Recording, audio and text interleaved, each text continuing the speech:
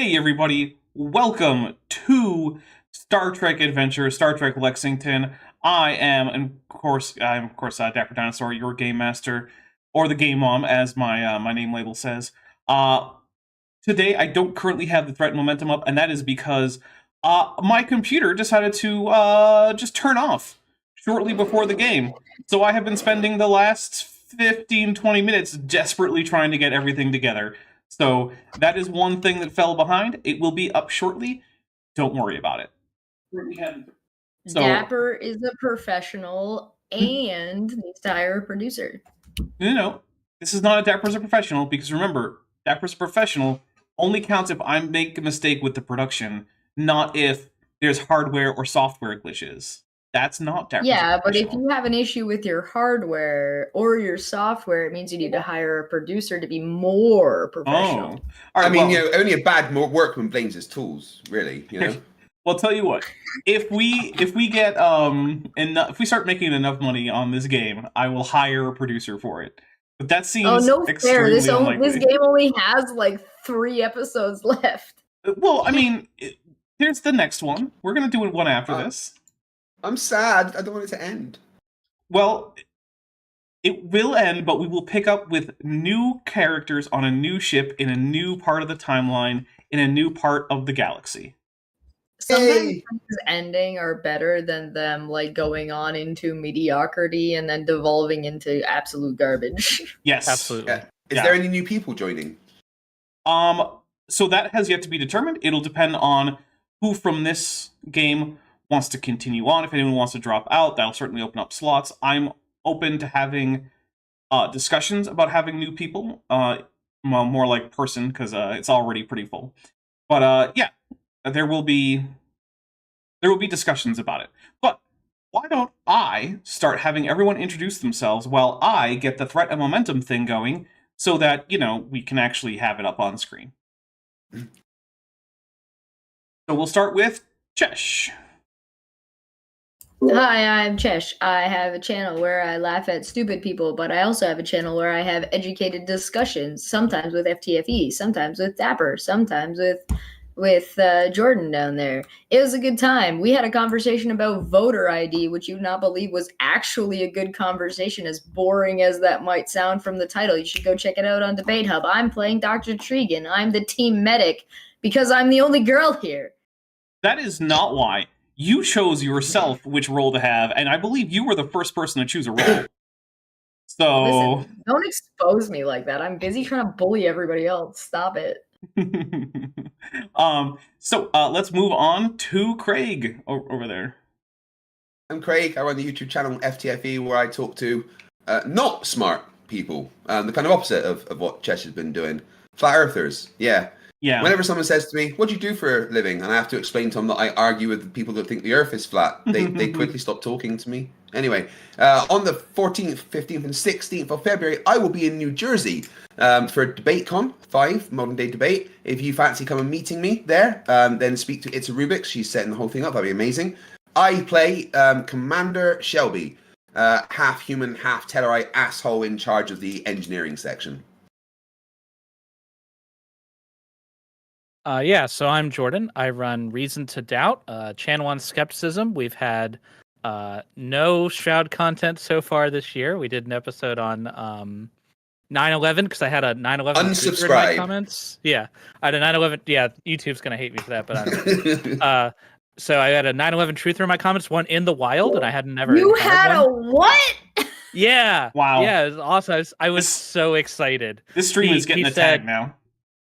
He said, let's talk about 9/11 and the moon landing. I was like, yes, let's talk about that. Oh my god, that sounds fun. That episode's next week. Though I did hear that Joe Rogan had a Shroud of Turin episode, so I think I'm like legally obligated to at least watch that. That's fair. Okay, so he had a Shroud of Turin episode with Mel Gibson, whose house burned down while they were filming that episode. Which is hilarious. It's a little bit. Very funny. And I play Captain Hawk, the commander of the USS Lexington. All right. And Necro, go ahead. I was going to go. Okay, sorry. I'm Necro /Czar. depending on where I am. And I play Ali Combe, which is the security officer. And I don't have a channel, so that's it. Okay, and Start one. Zeralon. Maybe I will. Hey guys, I'm Zeralon. I play Lieutenant Lanford, the always scanning Chief Science Officer. My wife and I have a YouTube channel that does board games, but we haven't posted anything on it yet. So All right. Soon to come. Well, some people have noticed that we are missing one XO. Commander Bir Chanos is normally played by Tiri, and he is in fact ill. He has the Targpox, so he is confined to quarters on medical quarantine, lest Targpox spread to the rest of the crew. So that is where he is. Someone is typing loudly. Yeah, it's Chesh. Did we have Come on, engineering Chesh. weld that door shut to make sure he doesn't escape? That's something you have to take on up it. with Commander Shelby, yeah. All right, so let's start with the... I mean, we're ready, so let's start with the captain's log, which is pretty short this time. What's our directives? Do we get those after the captain's Wait log? Yeah. for the log. You don't know what the mission is yet. Dude, shit, sorry. FTFE Fuck. for £5 says, what does this button do? Famous last words. Which, by the way, yeah, if we can get 10 super chats, we're now 9 of that same level, teal level, before 2 hours are up, I will on Sunday stream art/asset creation for the next campaign on Sunday. So you can see sort of like how the sausage is made in terms of like how we get these backgrounds and like ship models and animations and stuff like that. So, sorry. Captain's log. Stardate 7075.4. While exploring an uncharted red dwarf star system in this sector, we've detected an asteroid-sized body of unusual shape and high density within the star's habitable zone. We have diverted our course to investigate. This could be a good opportunity to test out the replacement shuttle we just received. All right. So we are actually going to start out with the captain and Dr. Tregan in sickbay, because I believe Dr. Tregan has something that she needs to tell the captain. Do I? Yeah, I told you about it. You told me about it like 3 days ago. You want me to remember that shit? Yes, or at least I want you to scroll up in our DMs. Alright, scrolling up in our DMs. So, Past all the memes you sent me. There's Captain only been like Hawk, 6. by I've heard. Captain Hawk is in the med bay in order to check up on Commander Chanos and his his recovery. And I'm definitely not just stalling for time, so Chesh can read her DMs very quickly. I'm sorry, there's so much. Hey, at least part of Never that is your mind, fault. Carla. That's true. Well, you're talking to me about animation. Hold on. Oh Is my Tregan goodness. pregnant with alien babies? No, Tregan. She might be. Dapper She might be. has the word private. She might. Yeah. Have you figured it out, Chesh? This is important. You should have. Gillian in the chat says Chess trying to keep a thought in her brain for 3 days challenge.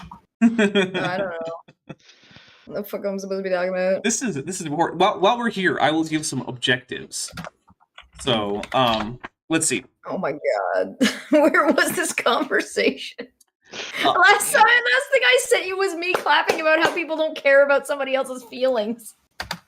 Starfleet Directive 010. Before engaging alien species in battle, any and all attempts to make first contact and achieve non-military resolution must be made.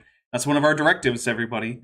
While Chesh Right, is... hold on, say that again. Starfleet Directive 010. Before engaging alien species in battle, any and all attempts to make first contact and achieve non-military resolution must be made. Because Starfleet isn't a military. That's why military resolution is one of their options, apparently. Because they're not definitely not a military, except when we need to be. The Starfleet is not a military thing, has always been very, very silly. Chesh, have you found it? No, I'm looking at Ferengi stuff. Why? Why? What do you mean, why? How many times? I'm trying to search keywords here, and I don't know what the keywords here. So I'm looking for conversations that I might have had with Captain Hawk. What do you want from me? How about morale? Oh, okay. This is where you find out that Dr. Tregan's like, oh yeah, look at Frankie. To be fair, Chesh and I did have a conversation about like how long a Ferengi could have been in Starfleet by 2381, and the answer turned out to be like 4 years or so. Yeah. It was a legit. Dapper and I have a legit too many conversations between point A and point B. And I was out drinking tonight, and I cannot be held responsible for this. I'm sending the message to Captain Hawk so he has it. So, by the way, Captain, morale is down and they need to take a break. We should do something about that. What leads you to think this? Well, we've gone kind of from mission to mission to mission to mission with very little downtime between outside of traveling. So maybe kind of, you remember the other day, or like by like the other day, I mean the other month, when you went on your I have 3 arms. Very educational time that you had to go with like all the other captains to go and like, you know, learn something over matter. And you know how Shelby got time to definitely go and educate himself about like learning to get along with others. Yeah, that's why I'm banned from Vulcan. I'm aware of the concept of R&R, Doctor. I was asking if there are any specific concerns you have. My concern is that we've been going from mission to mission to mission to mission, and nobody's had any like R&D time. Like, admittedly, I am not the ship's counselor, but our ship's counselor is kind of really, really obsessed with this pill bug that he picked up in episode 1. That's fair. And right, I don't know. I can't really do anything about that. Well, thank you for your concern. I will ensure that the crew gets some needed time off next time where it's in dock. All right. So the next scene will pick up over on the bridge where science officer, this is not going to be a task, but you are picking up a strange object somewhere in this red dwarf star's habitable zone. It is very, very small, but you're picking up an intense gravitational field, which would indicate that the object has 9,640 times the density of Earth on average. Oh. Captain, I'm picking up a strange object. The size and the gravity do not align here. Either this thing's odd some way, or it is incredibly dense. Would it be consistent with a large man-made object, perhaps, made of metals that might make it more dense? The Federation doesn't have anything that dense that they can manufacture. The only thing too dense for that is me. Look, I'm not a science person. I'm asking my science person his opinion. Honestly, even planets typically have metallic cores, and this is far too dense for something of this size. Not interesting. So, Zerlon, for reference, it's not quite as dense as a white dwarf star, but it's also closer to that than it is any, natural metal or anything. So we're at like physics being compacted levels of density.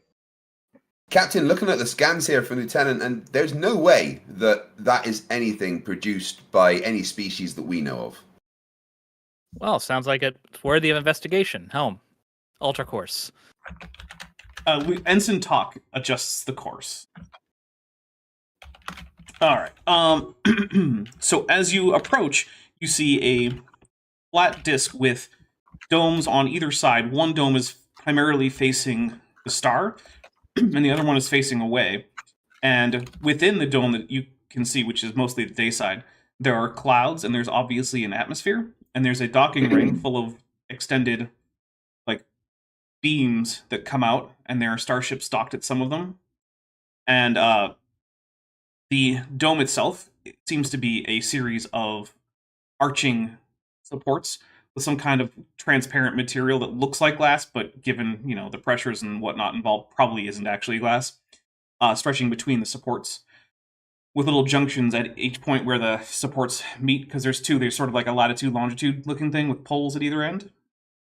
And the inside seems to be primarily lit just by the star, but there are artificial lights visible. The thing itself, this is stuff that Zerlon gets, is 76.2 kilometers in diameter. And the polar diameter, if you want to go like around instead of around the long way, That's only 14.2 kilometers, with a total mass of 1.6 times 10 to the 19th kilograms. I stand up and look at the screen. What in the Eric Dubé? Is that a flat world? It appears to be a flat world of some sort. Are weapons armed? More like no weapons are armed. Do not arm weapons. Are you sure? I mean, shoot it Don't down and forget- get rid of it. This is a Commander- curse. Remember Directive 010. No weapons shall be armed. It could Kronk be. is Sir, just sorry. sitting there about to press the button, not press the button, press the button, not press the button. I mean, look, guys. Are me and the captain coming out of our conversation to this? Yeah, basically. It could be the For planet. So the first technically, time I I'm on would- the bridge in an episode. It could be Planet I would have Oakley. been at the con then, as I'm like second in command at the moment, and the captain's just walked out to see me, like saying, "Can we shoot down the flat world?" Are we seeing this pizza on the screen? Oh yeah. Now this What flat. the fuck is that? This planet. That's now, what by the way, this planet has two sides. So what's on the other side of the flat planet? The other side of the flat planet. But Go ahead. That's interesting. your Does comms not have officer. any toppings. Your comms officer says, Captain, we're receiving a hail. Well, I From was the just flat about to ask you planet? to hail them, so perfect. All right. So, a blue-skinned, hairless female humanoid with a flat beak and subtly scaled head, resembling a cross Hot. between a bird and a reptile, which is weird because that's a cross between a reptile and a reptile, appears on the main view screen and speaks and says, "Greetings, travelers from the United Federation of Planets. I am Visharasa, and I welcome you to this haven, which you may call Thelema. I request that you discontinue your efforts to scan our interior, for though all are welcome here, we take the privacy of our guests most seriously. If you wish to know more of the services we offer, please send a delegation in person so that we may arrange proper access for your crew. You may dock your vessel or land a shuttle at Port 37. You may also transport a party here, although we do not allow transporter access to the interior of Thelema. But please, do come for a visit. We offer wondrous entertainment and fulfillment for all of our visitors." We have to go, right? Lieutenant Lanford, discontinue any scanning. I'm sorry, I missed the person's name. What was her name again? Visharasa. That you understand that we have to go, right? We gotta go down there and find out how physics works. Well, of course, Doctor. Visharasa, I'm Captain Hawk of the USS Lexington, and we would love to meet you aboard this ship, station. Planet? Station seems Starship? to work fine. I think station might work. All right. Well, we will dock at Port 37, and we will meet you shortly, or whoever you delegate. I believe I will be able to meet you in person. Thank you very much, Captain. I look forward to meeting you. And she cuts out the transmission. At which point, Talk speaks up and says, "Captain, it is fascinating that they call the structure Thelema. On your Earth, that is the name of a pseudo-religious philosophy developed by Aleister Crowley. It states, 'Do what thou wilt shall be the whole of the law. Love is the law, love under will.' Basically, that the highest moral law is allowing all people to pursue their own calling and desire free of restrictions. But, more to the point, how did Visharasa know the name of the concept, or that we were from the Federation? There's no record of her species in our databases." Well, Maybe very this could be interesting a- questions, Ensign. Maybe this will be a good opportunity for our crew to R&R. I It's an agree, Doctor. Once exposition. we are certain that the station is safe, yes. Secondary details. All right, so is the plan shuttle or beam or just dock the ship? I think the plan should be for first contact a shuttle, and assuming that that contact goes well, then we'll dock the ship. Okay, who's going on the shuttle? Yeah, the senior crew here. Okay. Unless Shelby wants to stay on the ship, but I'll leave that up to him. Come and see how this thing's working. Cool, Shelby, it's like you're gonna come Ensign and hang Talk out is on the in flat charge. planet? Shelby's going to go to the planet of the Oakleys. Yeah. I don't know if we've ever established who possible, fourth Your in Honor. command is, but they're in charge of the ship for now. Yeah. It's some guy. It's Ensign Captain, Ricky I'm or just going to go something. to the armory before we go. Is that okay? No. Denied. Oh. We- Remember Directive 010. Speaking of, do we have any other directives? Not as of now. Okay. Don't Well, start the a war Prime with the Directive, Klingons. obviously. The Prime Directive is in there. And yeah, try not to start interstellar wars. It's just generally kind of there. Probably don't blow up your own ship. You know. All right, so you guys get onto your shuttle and you fly over, and you arrive on Port 37, which is a wide, flat docking area with a retractable hemi-cylindrical roof. They're standing directly at the outer edge of the disk, as if it were balanced vertically on its edge below them. So you realize that at this distance, gravity should only be about 7% of Earth's, yet you feel full gravity on arrival. And the Lehman male is there, standing right at the docking area where you've landed. Okay. Hey, Hank, do me a favor. Are you able to determine what the gravitational acceleration is here? You're muted. You're muted, Zerlon.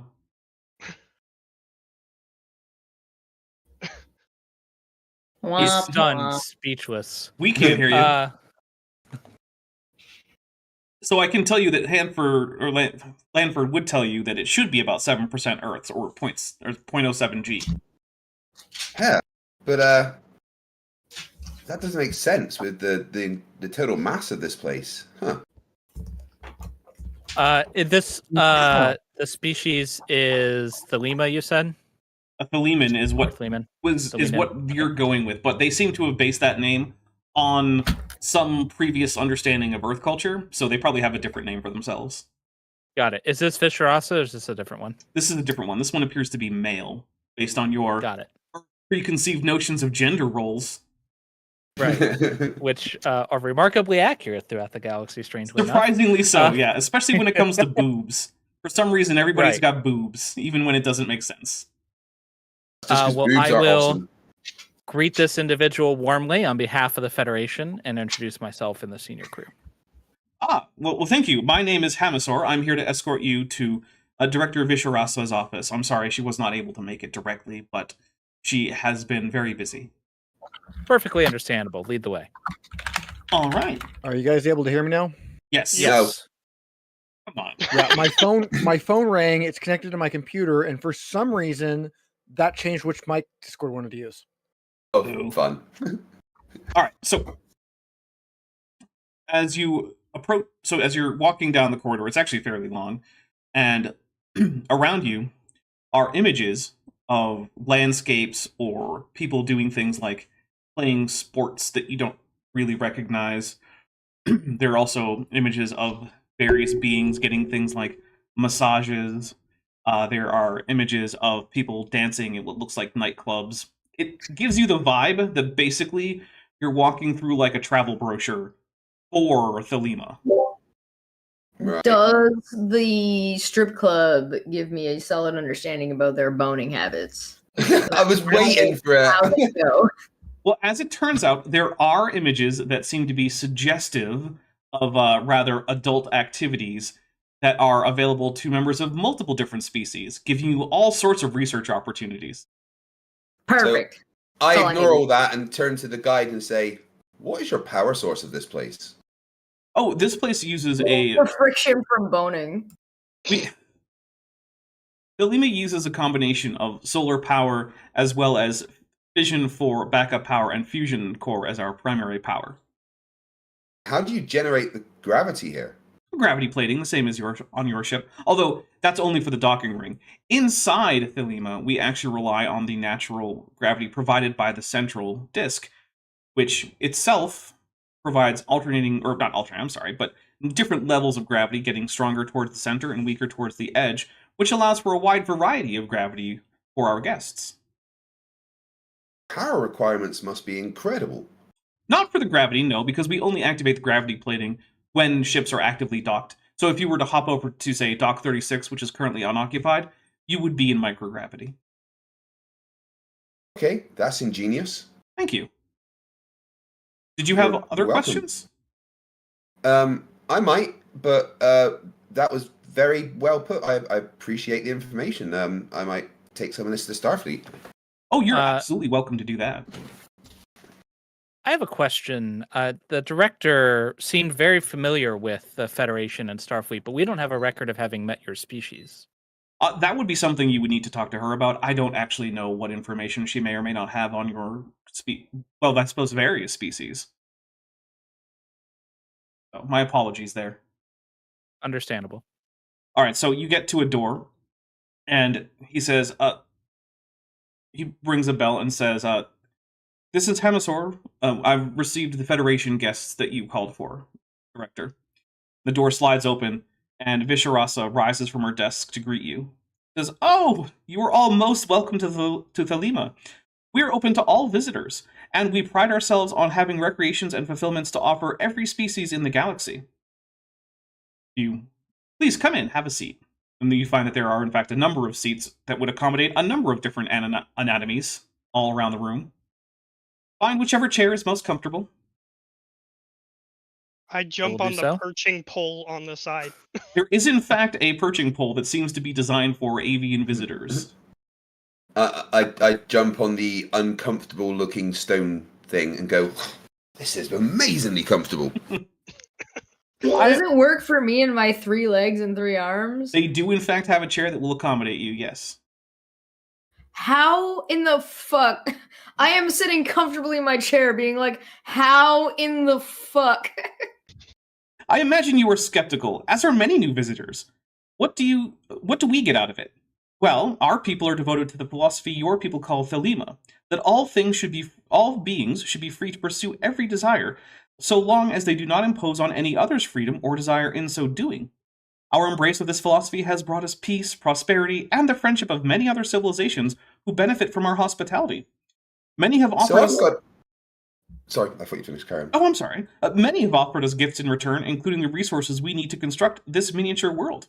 Thelema provides a safe and free haven for beings of all natures and proclivities to fulfill their desires, their fantasies, their needs for pleasure or adventure or simple relaxation. We do not judge or condemn, merely facilitate. All things are permitted here, so long as you do no harm to unconsenting parties.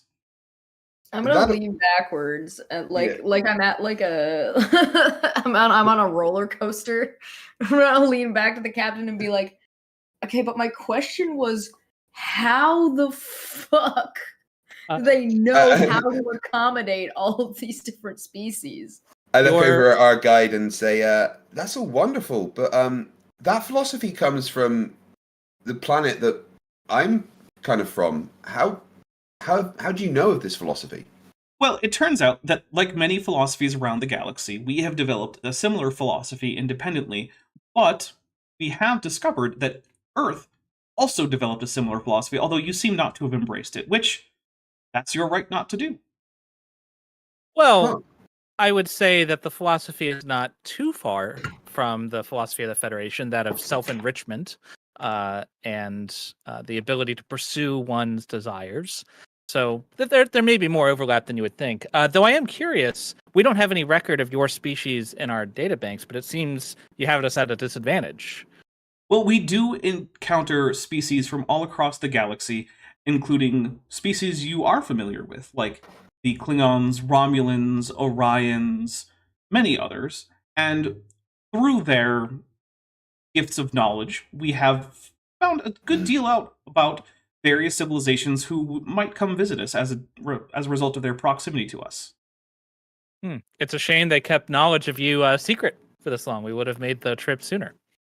Well, it's not as if we have a lack of guests, but we're always happy to have more. Excellent. So this exchange, is there an expectation of exchange of gifts before we take advantage of the pleasures that your station offers? None, or is that something more? None whatsoever, so long as you follow our one rule, which is do not impose on others or harm them if they do not consent. Well, I'm certain my crew will have no trouble following that rule. Should I coordinate with someone on your station, I would love to give my crew the chance to explore the station, but I wouldn't want to overwhelm you with our numbers. Hamasaur has been chosen as your lead subdirector for your ship. We will have a team of 5 other subdirectors which can help out with any questions or assistance that you might have. Excellent. Well, then we will go ahead and dock the ship at Port 37. Commander Shelby, please work with Dr. Tregan to make a rotation of the crew through the ship so everyone gets a chance. Aye, sir. All right. Let's get... There's a Captain's Log supplemental that I've given Jordan. Let me pull that up. That's what she said. I'm sorry, I'm fortunate. It's okay. Captain's Log supplemental.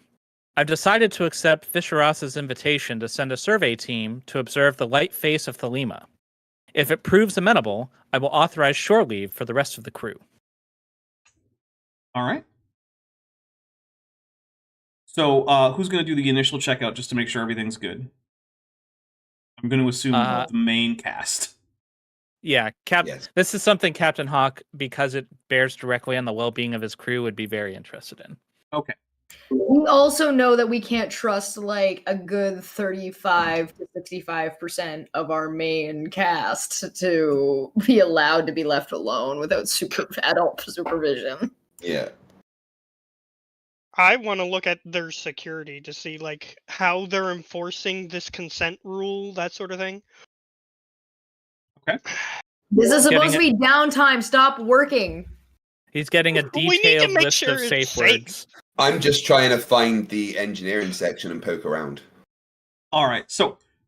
Stop working on your R&R time! It's my R&R! There's actually an episode of Lower Decks specifically about that one problem. That what if your rest and relaxation is engineering? Yeah. What if that de-stresses you? Then you should be an engineer.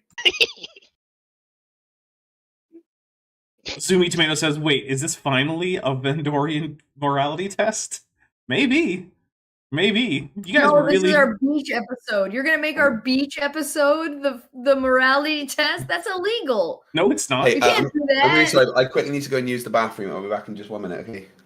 Uh-oh, Riley time. Sorry. All right, so...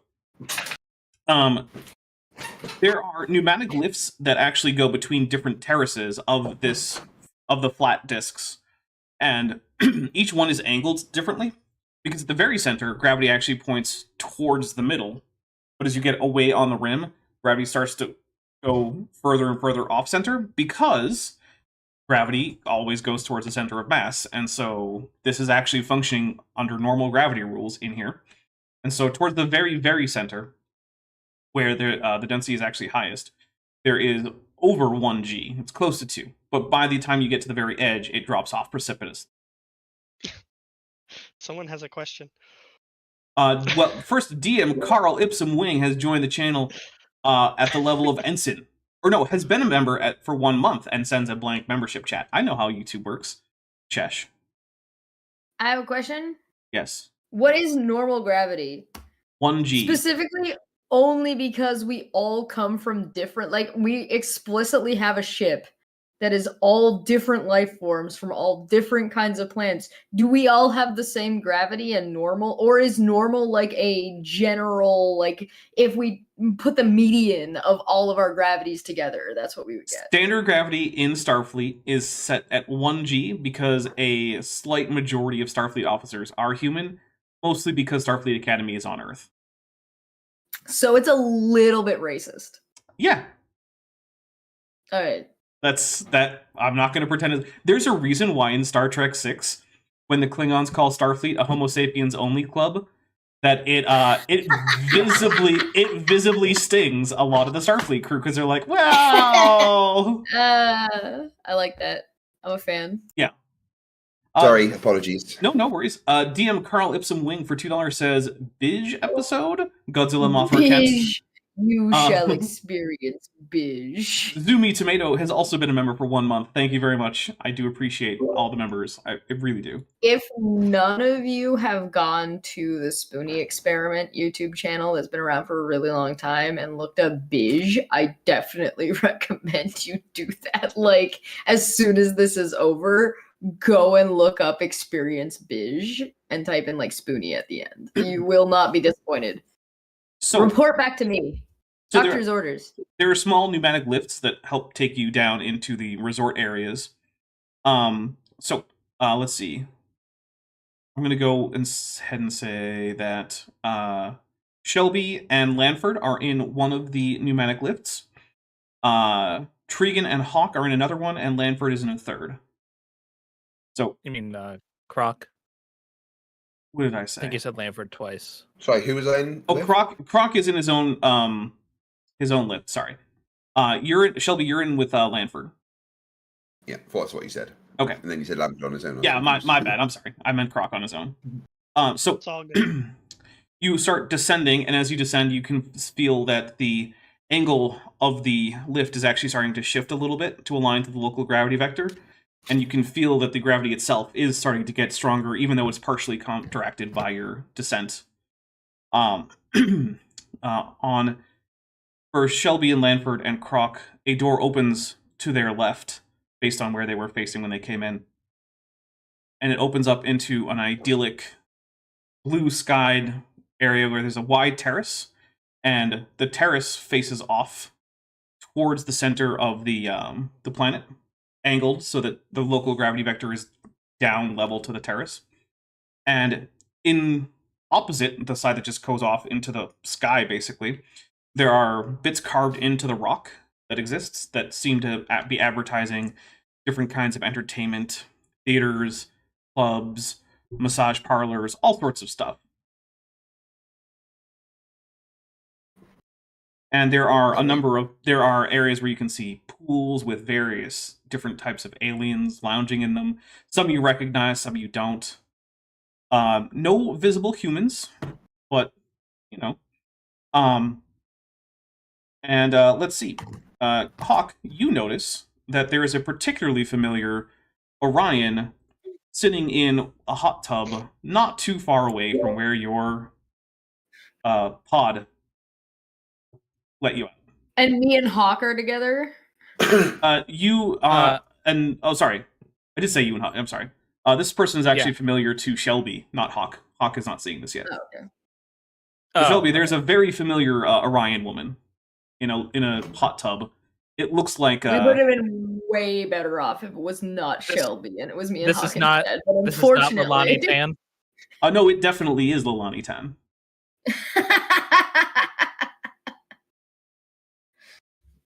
Craig, you want to say hi, or are you just going to ignore her? Oh, I think you're muted. I'm muted myself. Nope. Well, hello? I can hear you. It's in our best interest if he is. Right, how long have I muted for? Because I've been talking. Since you asked who was in your lift. Right. You have literally never spoken this entire episode. Well, Hawk has met this person because I dined on their ship. And Shelby has too.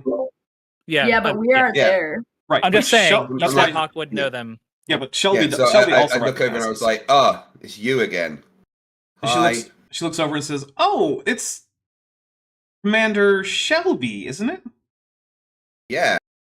Oh, fancy meeting you here. What are you doing here? She looks at the hot tub. Like, I'm relaxing. What are you doing here? Guess I'm going to relax. Well, this is the place for it. Once I've looked at the engine room, do you know where that is? I have heard that it's towards the middle, but be careful, it's very heavy there. Remember your sensitivity training. I'm trying to. You're looking not objectionable. Thanks, I do try. Was that good? Well, I'm not there, but if I were there, I would say I you turned did to a good Hank. job. Is that all right? Seems fine to me. I mean, I don't know if I remember your companion. Who's this one? This is Lieutenant Hank Lanford, Chief Science Officer of the USS Lexington. Hank, say hello to the lovely green lady. Hello. Hello. Well, I'm going to go check on where my drink is. If you see me again, say hi. I don't know. Maybe I'll teach you one of the games around here. She gets up out of the hot tub and starts walking off towards what looks like some kind of like poolside bar. Is she butt naked? She is not. I have my communicator as she goes off, and the captain, Orion's here. It doesn't actually connect. Huh. I hit it on the side. Captain? Tregan I wonder where the junior science officer learned that from. Hawk and Tregan, you are in a separate pneumatic pod, and it opens, and to your right, you step out into some kind of densely foliated nighttime jungle. You seem to be on the night side of the of Thelema. And then Dapper spent 10 thread. Son of what? a bitch! How many?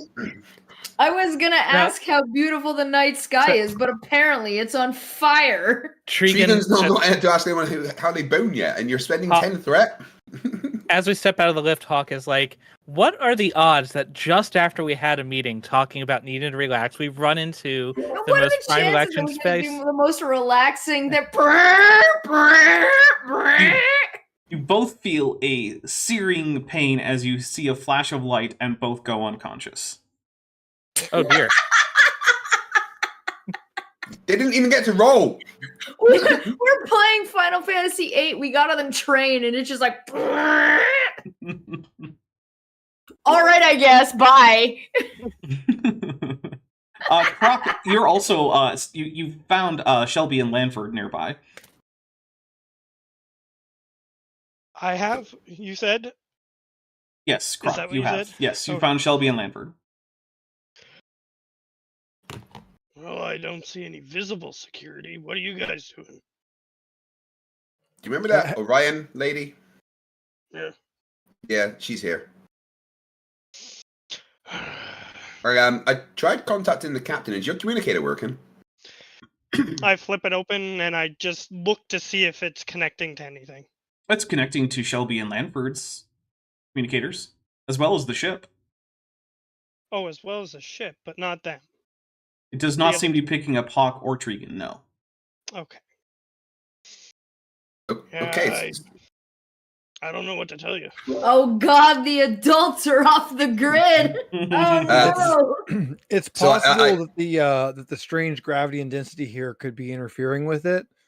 Does anybody know which way they went? They got in a pod like us, didn't they? I opened my communicator and tried to contact the ship. Shelby to Lexington. This is Ensign Talk, Commander Shelby. Go ahead. Is everything okay out there? Our scans and our internal systems show no problems. I'm having problems getting hold of the captain and Dr. Tregan. Do you have any sign of their communicator badge or life signs? I have not checked. I will. Please wait one moment. I am not detecting them, but I'm also not detecting any of you. Thelema is shielded against scans, and we have been instructed not to scan them. Okay, all right. Stand by. I may need to get back to you. All right. What do you think, security officer? Well, it might be a problem, but they got in a pod like us. I start looking around to see if there was a third thing that comes down where I came down. Hemisaur walks over and says, "Oh, you've made it into the main area of the ring. This is one of our slightly lower gravity areas compared to what you're used to. How are you enjoying it?" We're doing okay. We're having problems contacting our colleagues, the captain and the one with 3 arms. That's odd. We generally allow communication internal to the dome, with most species having no interference problems. Way you could check on their whereabouts for me. That's my captain. I have to make sure he's okay. I would need permission in order to do an internal scan for guests. We do take our guests' privacy very seriously. Obviously, I wouldn't want to interfere with any of your internal operations or go against any of your privacy concerns, but obviously my concern would be not knowing where my people and specifically my captain is. So is there anything that you can do for me? Well, have you considered that maybe they're just on the other side? Would that inhibit communications? Yes, it would. The communications can't go through the very, very dense disk. Okay, I turn to our security officer and say, is there any way you can head that way and check if they're okay? I'll have a look. And I go over to one of the pods to try to access the other side. All right. What do you do to do that? So I go to the pod and I look for like a control panel, like to see if there's like buttons that allow me to go to different places. There are up and there are down buttons. Okay, wonderful. I'll press down and see if it takes me somewhere different. You start heading down. That I haven't been before. And you can feel the gravity getting heavier and heavier, and the pod starts tilting more and more to keep in line with the local gravity vector. And it lets you out, and you are still on the day side in a very similar looking environment, except this one is much more rugged in terms of terrain. There's fewer plants and looks more like a desert landscape. Sorry. And it's full of what looks like hiking trails. All right, I take a peek out and I put my communicator out like a cell phone to see if I get a signal. I mean, you can connect to who you could connect to before. Okay. I'm just going to keep going back in, press the button, and see if I get anywhere. Which button are you pressing? I'm pressing down. I'll press down again. It is now becoming difficult for you to stay up. The gravity has gone well past 1.5 G, and you look out, and there seems to be a bunch of mud baths, like a spa. And there are some very stocky aliens walking around. They seem to be all very short. It is extremely uncomfortable. You are fairly close to the center of Thelema, where you have been told that the gravity is above 2G. We sent the guy with hollow bones into the high gravity. All right. I will do the same thing, just sort of peek out, do my cell phone check again. It still connects to Lanford and Shelby.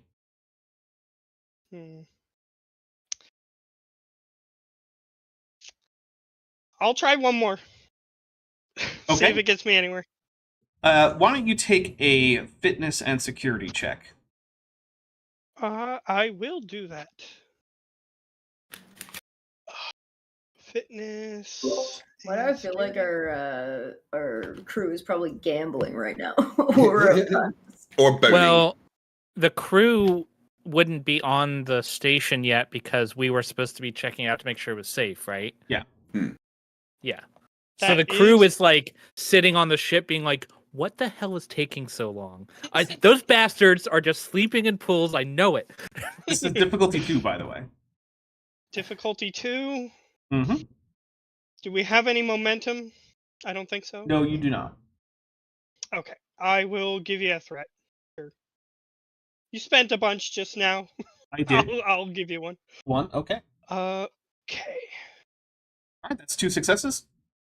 You managed to just barely stay on your feet and able to move in the very high, especially for you, gravity. You see a rugged, mountainous, alpine-like landscape with lots of nature trails going off towards a mountain in the center of Thelema, and above it are flying large insect-like creatures. The air itself is kind of thick at this point due to all the atmospheric pressure, and there are what look like hiking trails here and there, the occasional pool or bubbling, probably simulated geothermal vent or something like that. All right. I'll do it one last time. Cell phone check. It's Lanford and Shelby. Your communicator beeps and it's me. Lieutenant Croc, report. Any sign of the captain? No, and it's Gravity's heavy in here. Are you okay? I'm managing for now.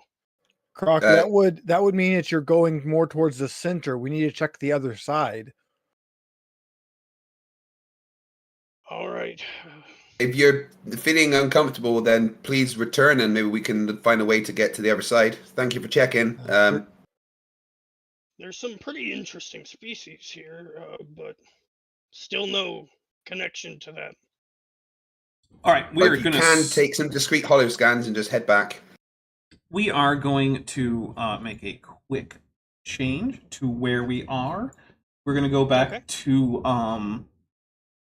Tregan and let's see, Hawk. So you two are waking up and you find yourselves near the edge of one of the terraces on the night side.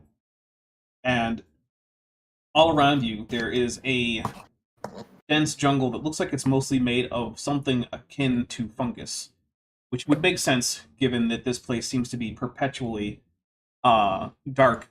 Where you're standing right now, there's some grass-like undercover that seems to be supported by the artificial lights from the terrace above you. But stretching out in front of you is just a dimly lit fungal jungle. It rhymes. Ooh. Oh, Well. all right. You're right. You're the doctor. You tell me. I will use my medical tricorder and do a scan on both of us as well as our surrounding area. You seem to have been stunned by a phaser blast, although you're both basically okay, apart from the fact that you'll probably be sore for a while. Do either of us have markings where we were hit by a phaser? Yeah, you've got small singe marks in your backs. Looks like, Captain, we might have been shot in the back. So much for consenting adults. And I'll pull out my communicator. I assume it doesn't work. I mean, it connects to Tregan. And now Commander Shelby is unsupervised on a ship full of aliens. We are less concerned about our own safety and more concerned about our children. Right, Hank's babysitting me at the moment. It's okay. Hank kidnapped someone the last time we All right. Good point. You hear what sounds like some kind of a roar or a scream, and out of the jungle pop some very large, very burly-looking aliens.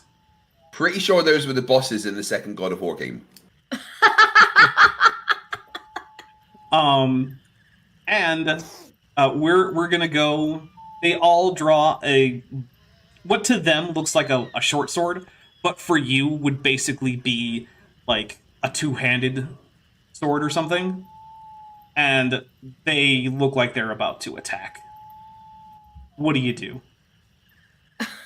Do we have our phasers with us? I will say that, yeah, you have your Type 1 phasers with you. All right, well, Hawk is definitely better at punching than he is at phasing. But remember, Starfleet Order 010. Yes. I wasn't going to attack yet, I just wanted to know. So I'm going to put my hands up in like in the universal we surrender sort of gesture. And I'm going to say, hello, there appears to be some kind of misunderstanding. We definitely do not consent to being stabbed. I will put two of my hands up and use my third one to put my hand on my phaser that no one will definitely notice. This guy, who seems to be some kind of a leader or something, says, "You wouldn't have come to the dark face if you wanted peace, unless it's the peace of the grave." And he, roll. He's very dramatic. Yes, he is. The peace of the grave. He is going to take a fitness and security check to do a little bit of a sprint here, and he gets all the way to here. Tregan, it is your turn. Well, Captain, it seems like we're in a bit of a pickle. I'm gonna punch him in the face. I had my hands up, right? You did? I'm gonna slap him. Okay. Give me a daring and security check. Daring, security, test score 1. Do I get a focus for infiltration? No. right. Infiltrating his cranium. Yeah, with my hand. No. All right. You may roll your damage. Yeah. Fuck. I don't know what my damage is supposed to be. It's under unarmed. unarmed strike. It's right There we go, there. found Yeah. Okay, so that is Wow! 1, 2, 3, 4, 5. All right. Wow! Wow, odd how having 3 arms makes you good at unarmed combat. I just fucking judo chopped this man in the neck. All right, but it is now the other one, or one of the other ones. He takes a fitness and security check. Let's see. So he only makes it to here, but the other one does the same. And he makes it to here. Oh boy. All right, it is the player's turn again. All right, I'm going to punch the one that attacked Tregan. Or whichever one he attacked. I don't remember. One. I have a focus in boxing, so I assume that'll apply. And I'll give you 1 threat to get an extra die. Is that old-timey 1930s boxing where you go like this? Yes, my focus says boxing, i.e. fisticuffs. Nice, perfect. So I'm gonna say there appears to have been some kind of mistake as I punch him for attempt to punch him in the face. All right. I do not punch. Consent to punch. I will use a point of threat to get another die. Excuse me. All right. Never give up. I Never have surrender. 3 legs. My center of balance must be like. You did win this time, so roll your damage. You know what? A Galaxy Quest one of these would be great fun. You guys are doing well.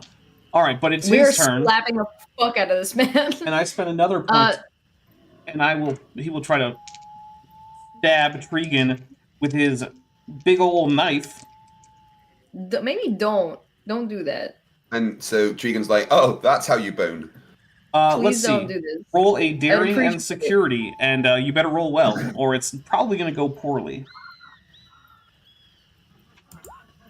The ones. No, that is not good enough. That's So, pretty. hold on. That's pretty good. On a daring 9, that's pretty good. I had to find enough challenge dice. I didn't quite have enough handy. Oh fuck me. All right, so Are we going 2 terms in a row where I'm gonna get fucking slapped in the face? well, you're definitely being dealt 7 stress, which is an injury unless you want to avoid it. Oof.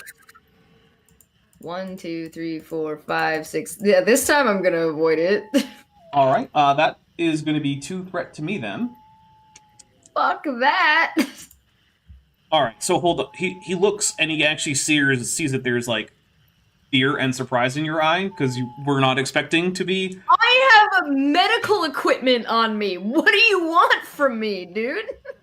He says, "Wait, why are you here if not to kill or risk dying?" And he holds off everyone else. That is the only reason to come to the Dark Face. I don't know how we got here. We were here to explore and make sure the station was safe for my crew. We definitely were not aware that stabbing was going to be happening. Well, you're on the Dark Face. Of course stabbing happens. That's the whole point of the Dark Face.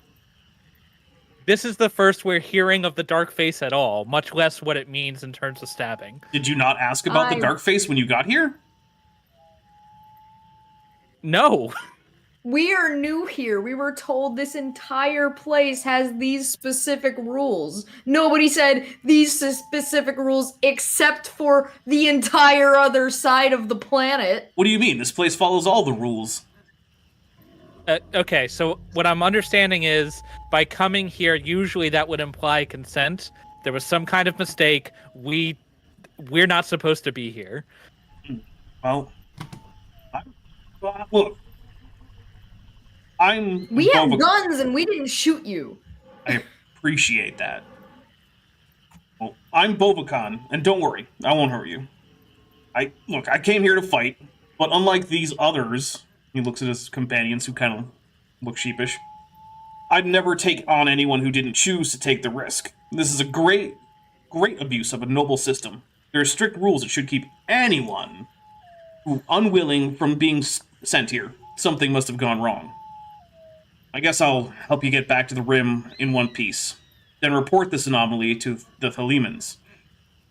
You'd never make it on your own. It's a very long climb and there are many dangers. Don't worry, I know the lay of the land very well. I can get you back safely to where you belong. And one of the other ones says, what? That is a great question. Bovokan. He gestures to the other two and says, I suppose you don't want to help, you want to keep killing? And one of them says, yeah, it's killing time. I'm like, alright, fine. So they go off to go keep killing. There I go, killing again.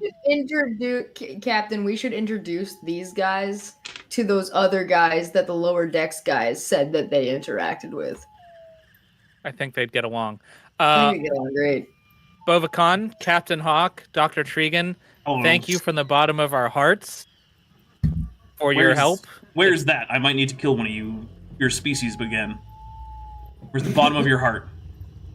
Right here, and I'm deliberately pointing to the wrong side. Okay, where's the top? Here? Oh, okay. Got it. Don't worry, I won't use it on you, but you never know when you might see what are you again? A human. You never know when you might see a human down here. True. Hasn't happened if before, you see a Klingon, be aware they have more than one. Oh, I know, they have two. I know just where they are, too. Well, if your group is interested in being part of our federation, there are extensive medical logs. Sometimes it's better not to kill somebody through their heart, but to kill somebody through their other means. Their mind? Kill them with kindness. Yeah, that's what I meant. I'm confused. Why isn't Tregan asked them how they have sex yet? Maybe she's more concerned about...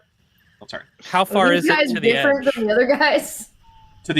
Well, if we're going up, it's not so much the distance to the edge as it is that the pneumatic lifts are tricky down here.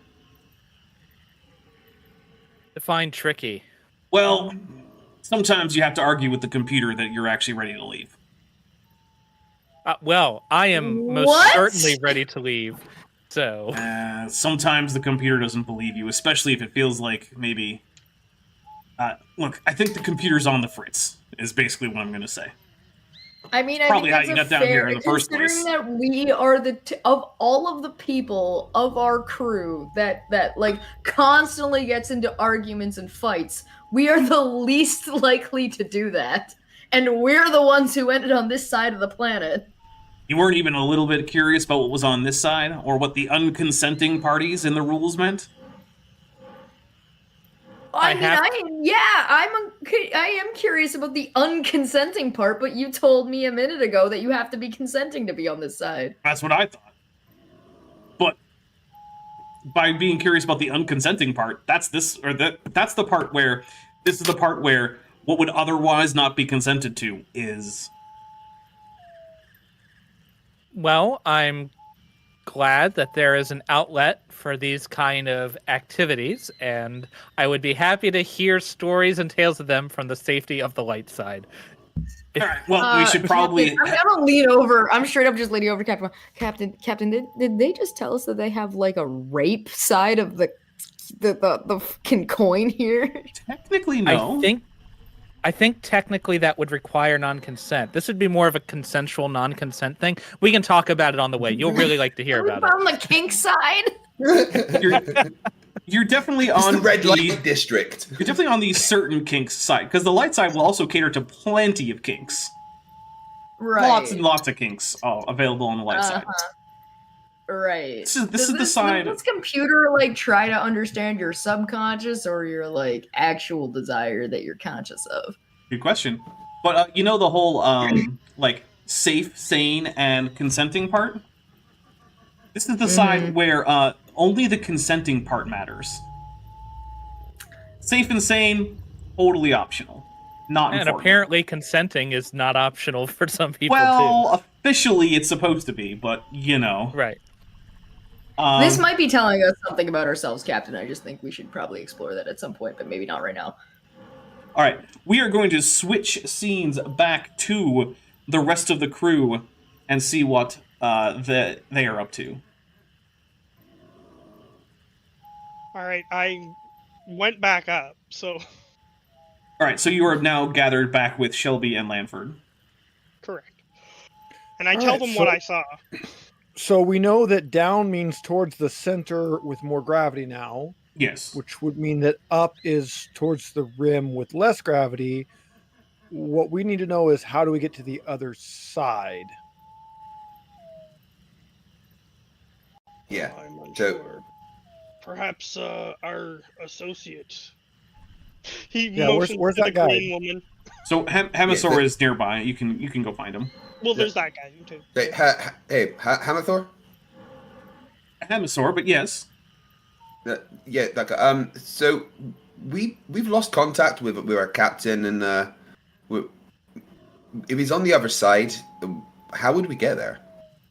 Well, you would have to consent to be there. We could just ask the computer if your companions went there. Oh, well, that'd be great. Yeah, please, can we do that, because we're a little worried about our captain, frankly, and the doctor. Absolutely. So he takes you into a computer core, and hey, what do you mean by consent? Yeah, what's the deal with the other side? Oh, the other side is for people who consent to have harm inflicted upon them. Wait, what? Up to and including death. Yeah, can we find out very quickly if our companions are over there? We should be able to. I mean, if they are, then they clearly wanted to be. I can assure you they would not, but please check. A computer, could the missing, what was it, Starfleet, yes. crew be on the dark side? The picture says, I am programmed only to permit dark face entry to guests who genuinely desire and consent to travel there. My neurological scans are precise and infallible with humanoid life and most other known sentient life forms.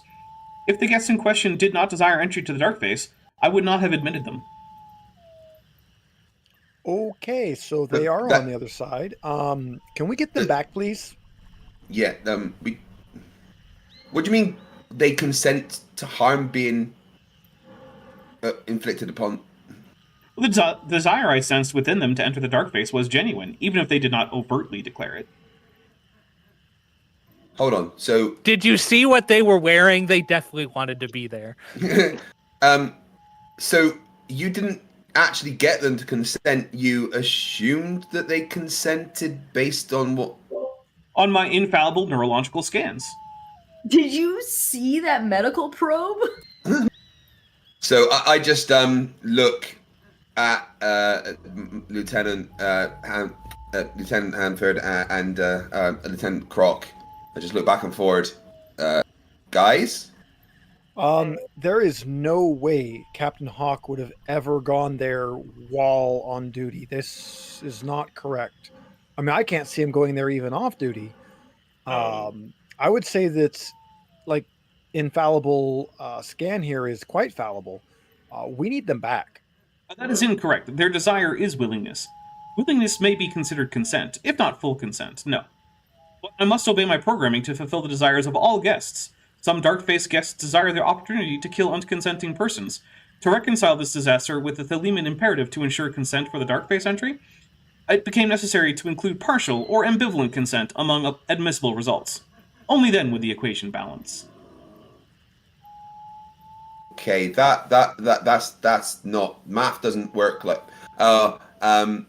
Hey, Hank, you know that thing about not scanning? We're gonna ignore that. Yeah, Hank, can you check to see if someone, like, fiddled around with its brain?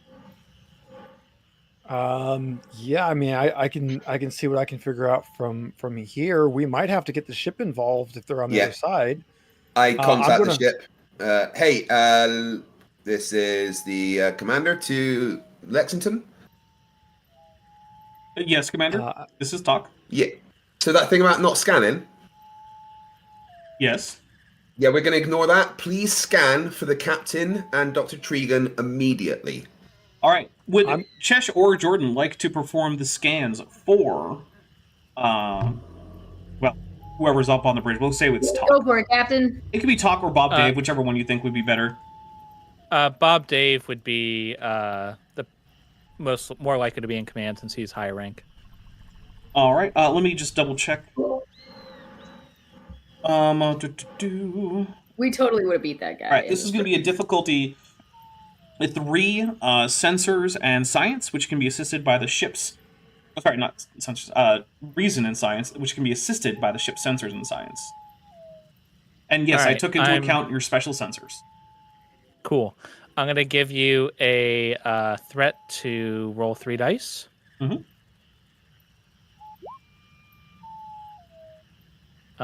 Okay, ship, don't fail me now. All right. You said it was ship sensors and science? Yes, I did. Nice. So that good job, that's ship. My sensors. My scanners are great. Get in. Perfect. Well done, Hank. You kept them in order. That was a complication roll, but also 4 successes. So, let me just double check.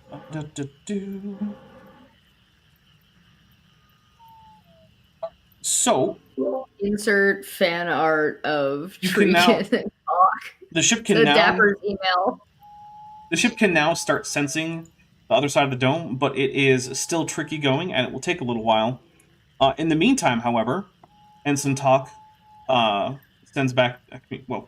Things on your communicator says, Commander Shelby, the Thelema is currently pushing the Lexington away with numerous tractor beams. Should we continue our scanning results, and try to push past and resist the tractor beams? Absolutely.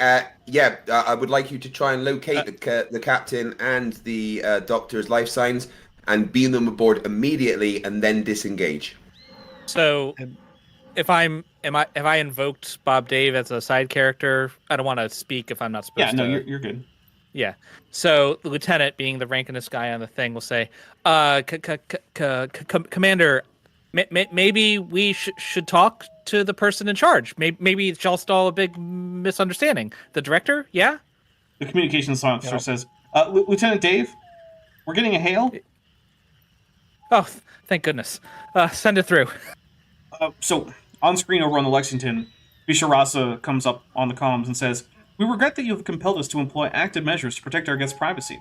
We intend you no harm, but we require you to desist your scanning efforts if you wish to remain our guests. If you do not stand down, you will not be allowed to remain within sensor range of Thelema. Any personnel from your ship remaining here will be shuttled back to you upon their departure. We dislike imposing on your freedom of action in any way, but you have left us no option. The privacy of our guests is paramount, especially on the dark face. Can I patch in the Commander Shelby to the director? You can. However, before you do that, we are going to switch over to Captain Hawk and Dr. Tregan. You don't think they would do anything stupid like start a fight, right? Like they wouldn't do that. I mean, the only thing that they could do to do that would be to, I don't know, violate my standing order to not scan the station. They're not gonna do that. No, it'll be fine. Like they'll manage. It's not like they would try to call. Like they're on R&R and checking out like a spa. They're not gonna like call us right away and be like, oh my god, they're missing, right? Like they probably haven't even noticed.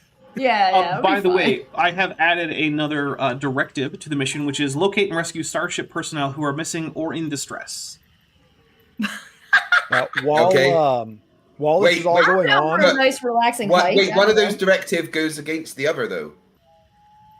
Yeah. Oh well. While this is going on, I'm going to be talking to our guide, and I'm going to be trying to like diplomatic as much as I can. Like, hey, your computer's on the fritz. It's an emergency. We need to get our guys back. So we'll ignore any, personal information we might find. We'll delete that. We just need our guys back. Well, that will be something that maybe you can do when we switch back to you. We're doing sort of like a Spielberg editing thing here, where like time's a little bit wibbly wobbly between the two groups of characters. I do enjoy the idea that Dr. Tree and Captain Hawk just went from 0 to 100 on the sexual tension scale. Because a computer went on this fritz. Hey, you know what? Star Trek romances never end poorly, ever. So the way I'm envisioning this is nothing actually happened, but the entire crew is convinced it did, and there's an entire like subculture about it. Yeah. You know? Yeah. All So right. we're just on a hike at this point, right? So basically, yeah. But let's see. You guys get to a lift and says, "All right. Here's the thing about the lifts. Sometimes the computer notices a thirst for adventure and kind of tosses people out of the lift onto the side of a cliff. There are handholds and whatnot, but it's not exactly an easy climb. Captain, we are Starfleet officers on a ship whose whole job is adventuring to places unknown. Well, I was going to take the point on this one, but I think of the two of us, I might be the more thirsty for adventure. All right. Fine, I'll go first, but I have one question. I'm gonna like face with my back towards the door. So the lift to the door is right behind me. If we don't all go together, it'll be a while until the next lift. And yeah, that's fine. If that happens, I'll get on first, so well, it if that doesn't throw happens, us up. you could be attacked and killed up at the top. Again? Yeah, it's not just me out here. All right, we'll get ready for it. But the first thing I like, need to know, channeling my inner Bob Dave. how do you bone? Me? Yeah. I just How does your kill. species function? I kill. You don't like reproduce? Oh, we do. How? What do you mean, how? How do you make more of you? I'm fertilizing eggs. Like outside of your body or inside of your body? Yeah, we have spawning pools. What do you do? Fantastic! I step backwards into the thing. My satiation for adventure has been satiated. I'm good. Jillian Rock Candy Mammoth Wren says so much thirst, and the old nerdy bastards has several hot and sweaty emojis.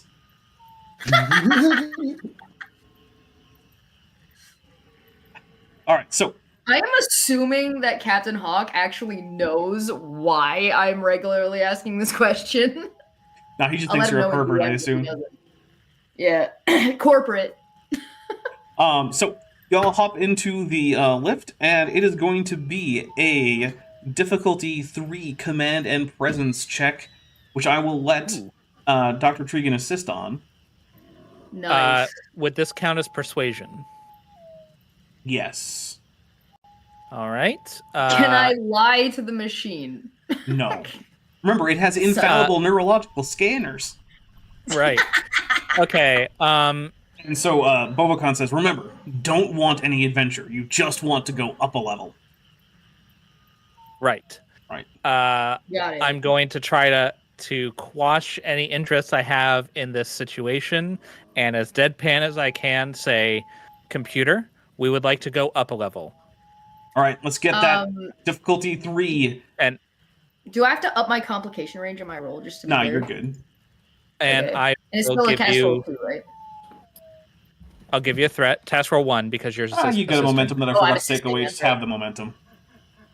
All right, so here's your task roll, and I'm gonna invoke my Star Cross.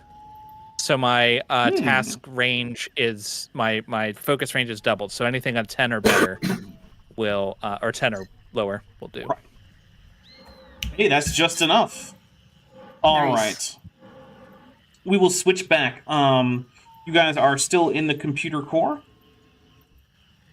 And Dinosaur draws some kind of pistol and says, send all these Starfleet to the dark side.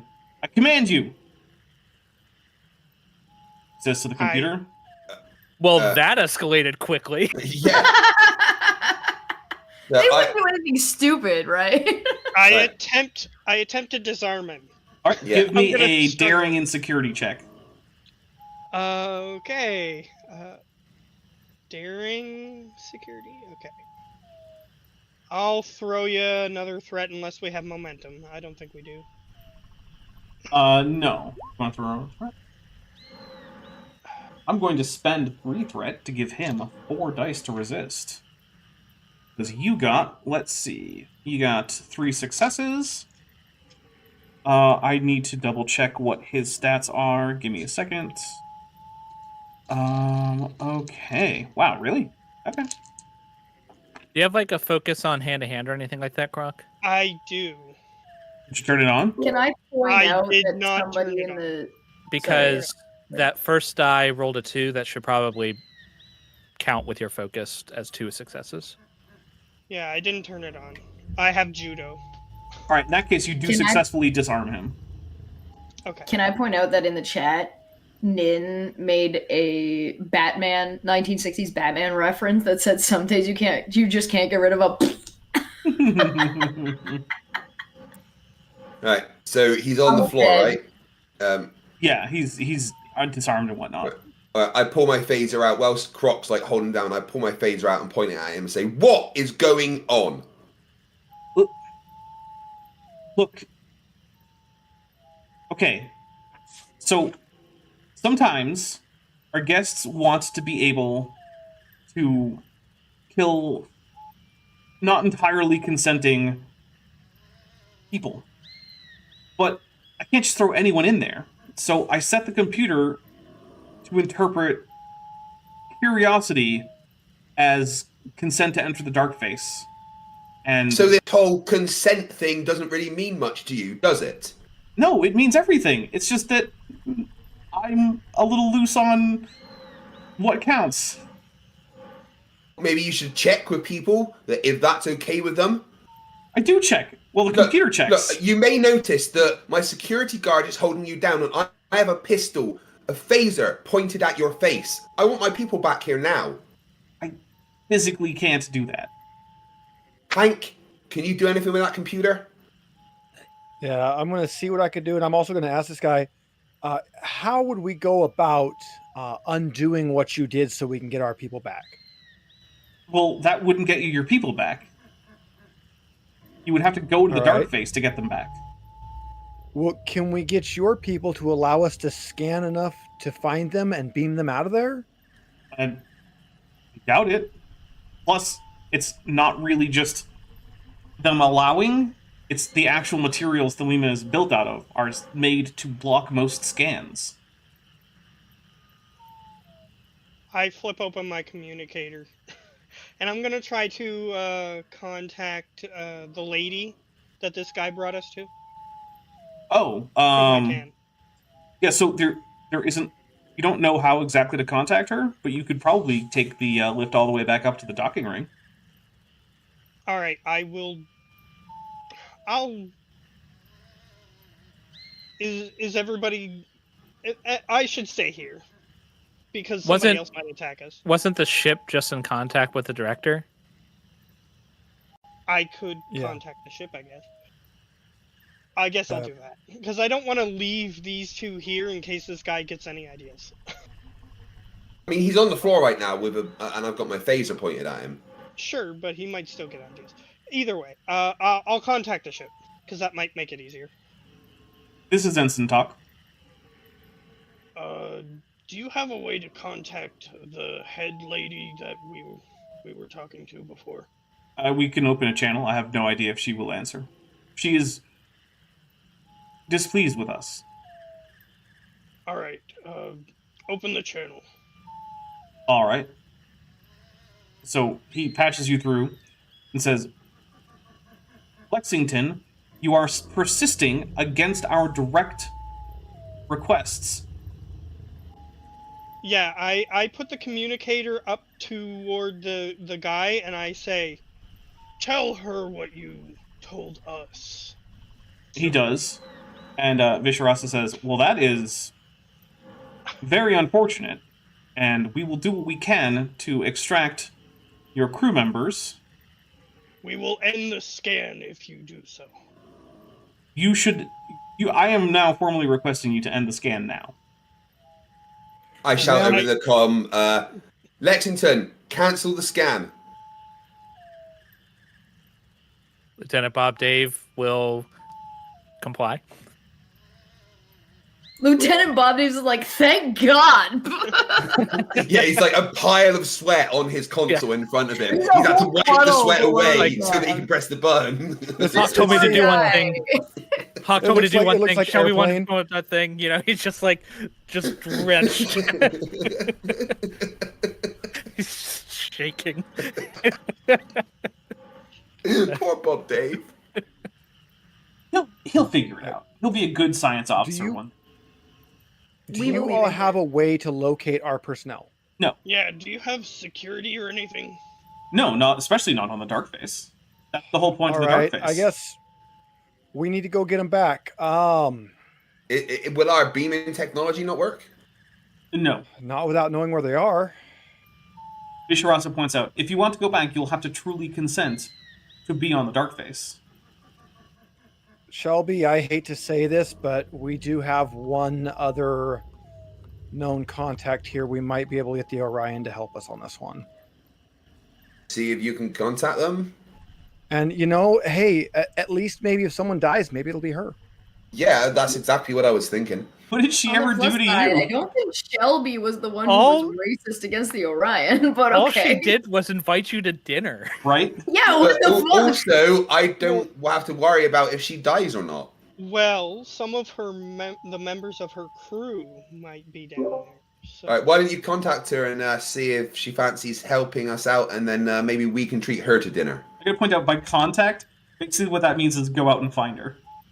Yeah. I'll Last time go. you saw her, I'll she go. was she wasn't butt naked, but she wasn't exactly, covering up, and she All was right. in a hot tub.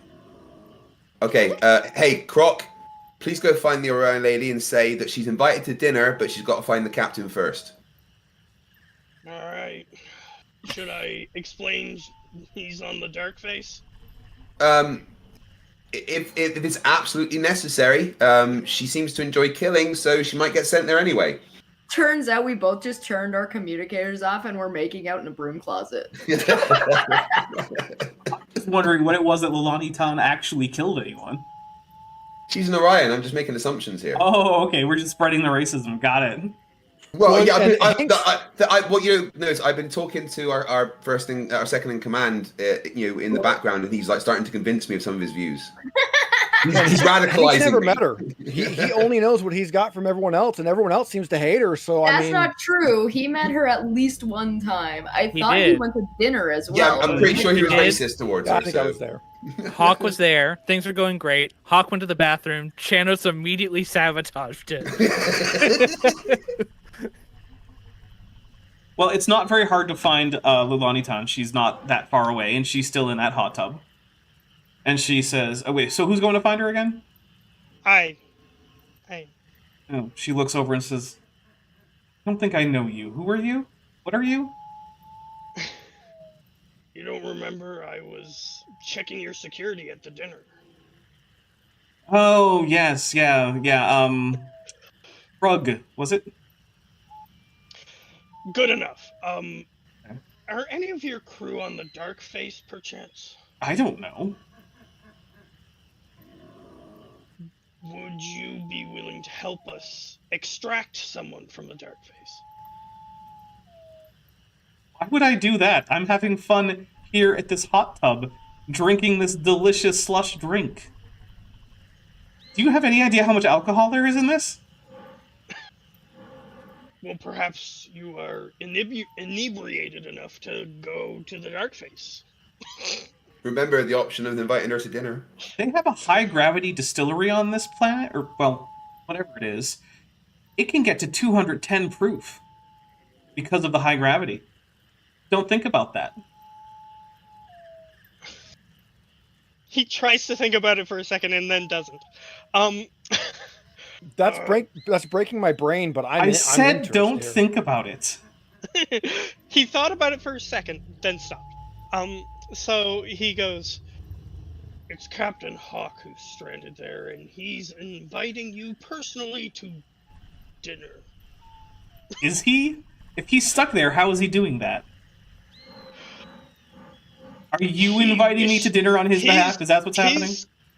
his consent was to be saved by you. You sound like you're making things up. I'm just not sure why he wished to be saved by you, and it confuses me. Lieutenant Matt the Navigator, who's got a wonderful profile picture of Matt the beluga whale from Lower Decks, has just joined at Lieutenant. Thank you very much, Matt.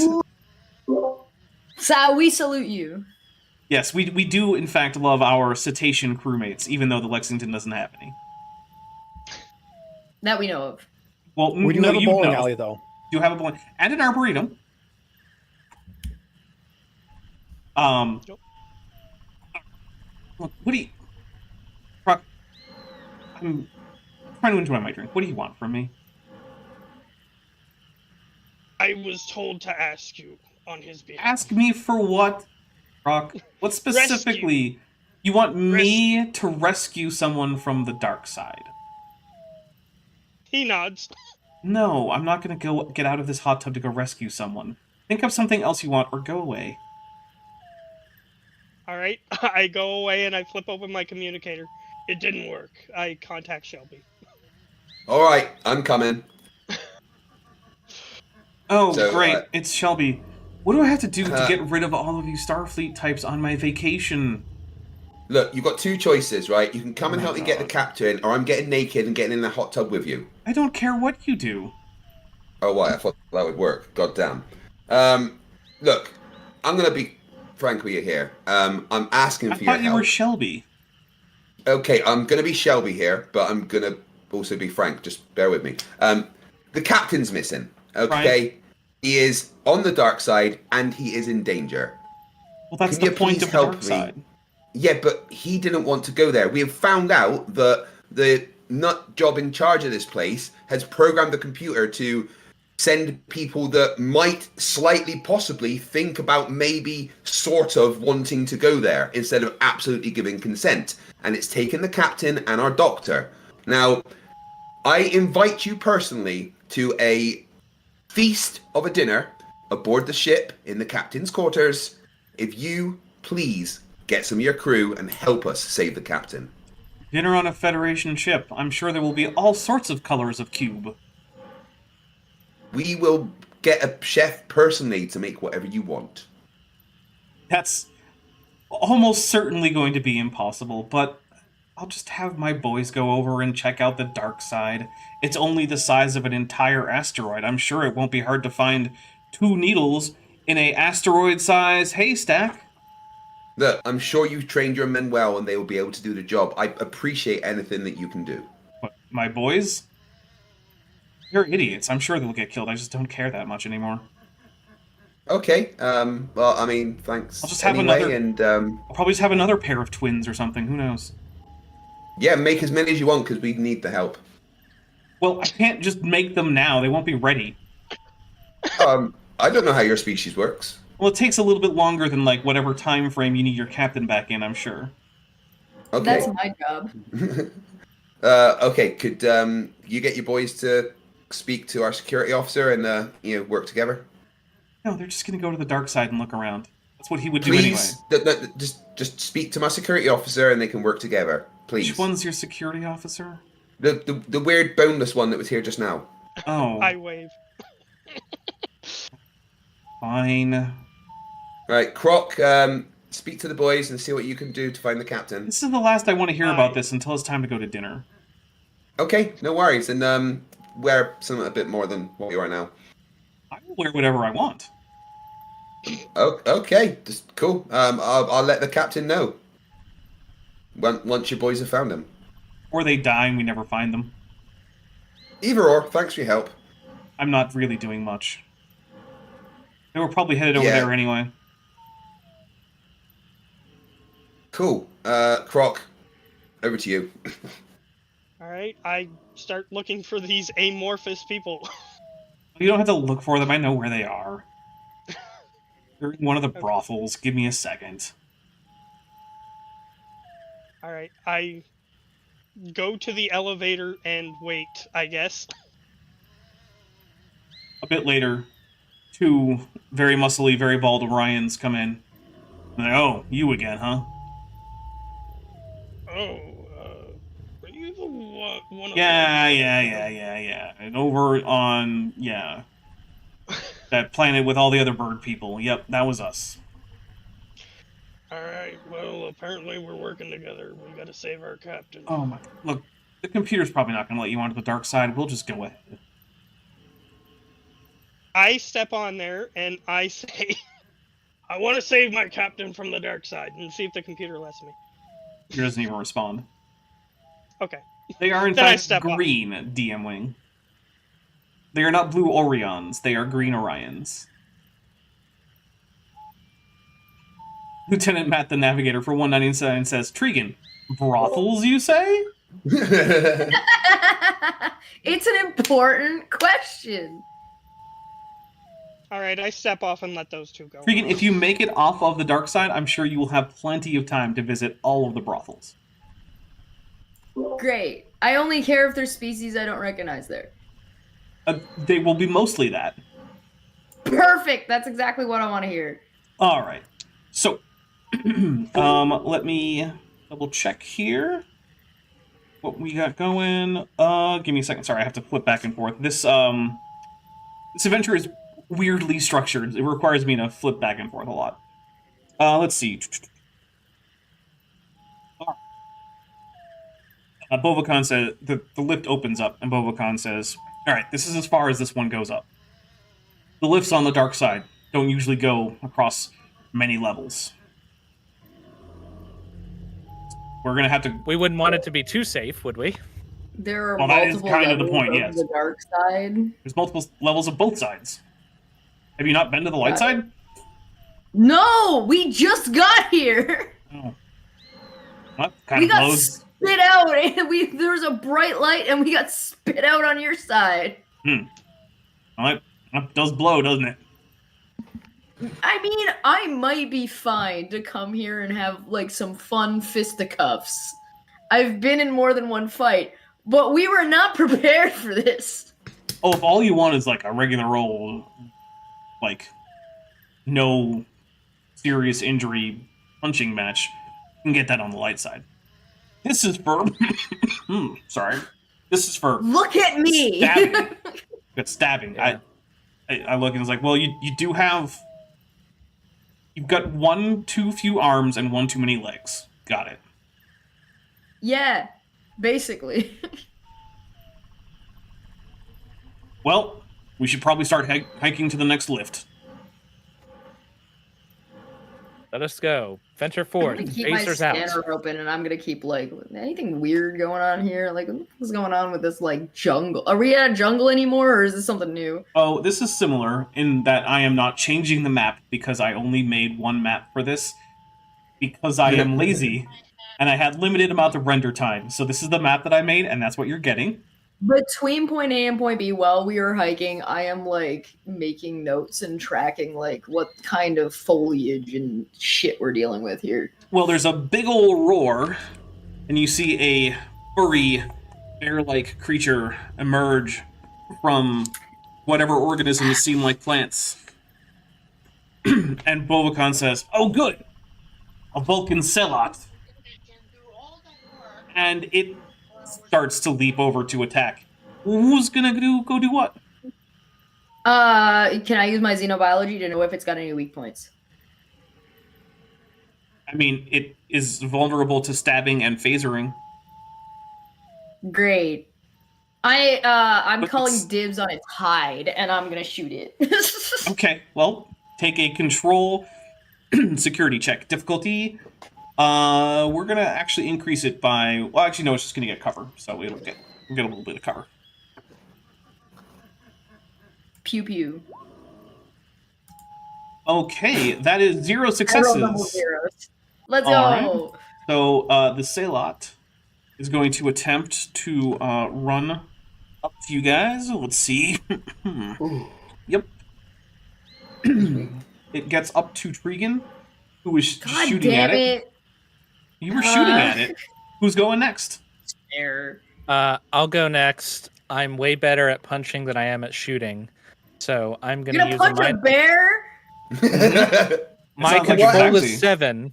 My daring is 11. So yes, Listen, I'm gonna go I punch might a be bear. better in real life. I've never shot a gun in my life, and I might be better at punching because I've had arms before. If there was a bear, I would still try and shoot it. I'm gonna use my minor action to move zones and then attack the bear thing. DM There's a Carl video Ipsum earlier Wing of a bear that says, climbed onto a guy's porch and the guy punched it and it ran away. So this is Nice. what Get you're down, doing Mr. here, right? President! DM Wing says, Dapper, I'm lazy. Also Dapper, makes trailers for each adventure. Hey, you shut up, man. All right. Take your Dapper exposed. take your threat. I will. I'll roll 3 dice. That's you don't need to be so ominous when you say it. Then I will attempt to punch it. Okay. All right, so that is 4 successes, which means I'm going to spend all my threat to get 4 dice. Let's see. Let's see. So that is. Just kill me. You win by 1. Huzzah! Ouch. All right, so that is 3. Okay. And I'll yell, Bovicon, help! So it's all right, fine. And he'll try to hustle over. He does make it over there. And now it is the player's turn again. I'm gonna hit it in the face with my fist again and just be like, "This is horseshit." I You don't got think I 3 have- fists, so Is it use still all of them. is it Yeah. a daring to hit? Starfleet with, like, triple fist punch. You go like this, and then the other arm Yeah, comes yeah, up. yeah. And whoop. Yeah. It's 3 daring fists. and- Daring daring into security. control, right? Daring and Daring and security. security. Control security. Okay. Yeah, daring and security. Okay. So, it also gets to go. Alright, you have succeeded. Thwap. Alright. Who's going next? All right. I've wait, never Tegan, no, seen hold a on. horse in my life. Hold on, it's I'm it's not calling your this turn. horseshit. It's the big thing's turn. Well, hold on. Tregan, you can still use your minor action to move zones, so it can't slice you. Nah, it's fine. There's 3 of us here. Alright. Wait, what? I believe. Tregan's I last have words. faith. Of the heart? But I have faith. Of the heart? Yep. 'Cause it's I in believe in Star a thing Trek. called love. Just It's listen in to the Star rhythm of your Trek. heart. I had a bear running at me, and the fucking captain just come running over and just fucking decked it in the face. I believe. I have faith. He's gonna protect his new girlfriend. Yeah. I would protect any member of my crew. Thank you very much. But especially the one that maybe you're gonna Even sleep with Janos? later. Guys, by the way, it's now the Tregan / Hawk is canon. That's his thing now. Write your fanfic. Let me know how it goes. What is it? How Trogan? Ooh, Hogan? what about Hagen? Hagen. Hogan. Yeah, Hogan. All right. Haken? I think that, okay, listen, if you write fanfic and we get enough super chats, we'll read the fanfic on stream. It might have to be a separate stream, but yeah, if we can get it set up, if someone you get alerts me. ChatGPT to write fanfic about you two having a secret relationship. No, that sounds I like terrible. Treehawk. That's good. Treehawk. Okay. Treehawk. Yeah. It sounds like an actual bird. Yeah. It's the Treehawk. Yeah, Lieutenant Matt the Navigator from 499 says, "I know. Look around. Can you? Sorry. I know. Look around. Can you form some sort of rudimentary lathe?" Which is God damn it, Awesome. Hawk! I'm a doctor, not an engineer. awesome reference. All right, so the Sailot decides to try to attack Bovicon, and it gets 2 successes. Bovicon will try to defend. Okay. He also gets 2 successes. However, that means that the Sailot has won because it is, in fact, the attacker. So, let's see. 1, 2. Go. He takes...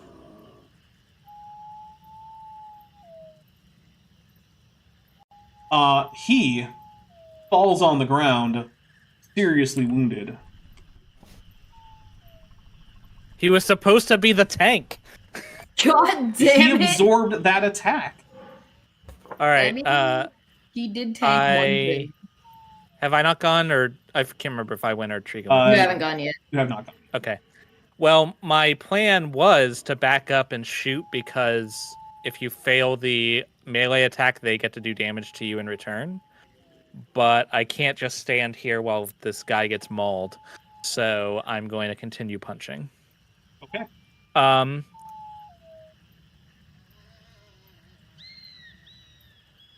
Yes. I was looking at the directives to see if I could challenge one to use my determination. So this is first contact with Bovacon's species, right? Yes. Mm-hmm. Okay. I would like to invoke the directive of making first contact to save Bovacon's life, because if our first contact ends with him dying, I imagine that's not going to go well, right? Okay. By killing the bear. What are you gonna? Oh, by killing the bear? By killing the bear.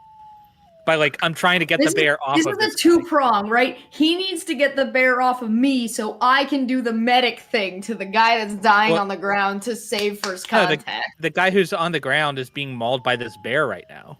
Yeah. All right, I'll allow it. All right. Okay, so in that case, I'll roll 2 dice because I got 2 successes already.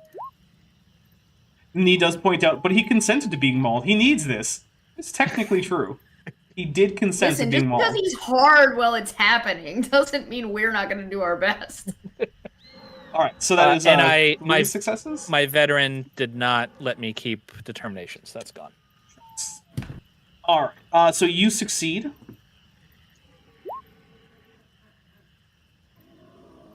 Okay. It is your side's turn again, but the Sela has turned directly towards Captain Hawk. Who will then go I'll first? keep punching. All right, let's see what you got. I'm gonna give you a threat to roll 3 dice. Okay. Assuming I don't think we've gotten any momentum. Nope. And there we go. All right, so that's 2 successes. Oh, that was not good. Not great, no. However, you did win because it got 2 successes, but ties go to the aggressor on melee combat. Yay. All right, wow. 6, huh? I believe in the captain. All right, it decides to attack you, also adding a die with threat. Let's see. It got 3 successes. All right, well, take that threat back so I can roll 3 die. And I got 4. 4. All right, you get to deal damage. Ooh. All right, Holy 1, 2, 3, 4, shit. 5, 6, 7. You just bashed that man. Yo, the captain is so hot right now. Yeah. Keegan's I just imagine- standing there, mouth open. Oh. My uniform Holy is artfully like shredded just across the chest. Yes, in a just very like manful way. just like Captain Kirk. You got a little bit of chest hair poking out, just a little bit though. That nice Hollywood where the uniform's shredded, but somehow your flesh survived it. Mm-hmm. Yeah. This is perfect. Sweat just glistening off the right bits. He's wearing white pants. He's sweating enough. They're a little see-through. Yeah. All right. It is Tregan's turn. All right, we have a man down. Yes. The captain's got this, fighting a bear with his fisticuffs. I have. And he's winning too.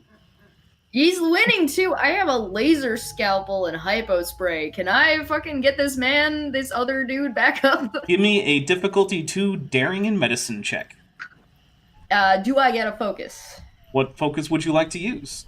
Xenobiology. Yes. Yeah. And sorry, what did you say? You said this is a daring and Difficulty 2 science daring medicine? and medicine. Daring medicine. All right. And it didn't go. There we go. There it is. 3 successes. All right. You gained a momentum. And Nice. Bovacon stands up and says, doesn't usually happen here. And then, What? You going down or a bear sneezing on us? Me going down and someone getting me back up, he says, as he goes in to stab the bear. I like this guy. All right, he gets Can we one hire success. him as a security officer? Unfortunately, as he goes in to stab the bear, it manages to round on him and swipe at him with its claws. Never mind, I take it back. Our bird is better. But he doesn't go down, so, you know. It's your side's turn again. Have we all gone? Yep, your side all went, then the bear went, turn. and Okay, now it's a new turn. So here I go punching again. I'll use that momentum we got. Okay. And punch. 4 successes. I'm not even going to bother spending a point of momentum to try to equal that. This wasn't just a punch. This was a. How are you looking? All right, it is your turn. Or sorry, you get to roll for damage. Is what I meant. I already got it. It's on there. Oh, okay. 1, 2. All Listen, right. the medical officer and the captain have no historical connections in Star Trek, literally ever. I don't know what you're talking about.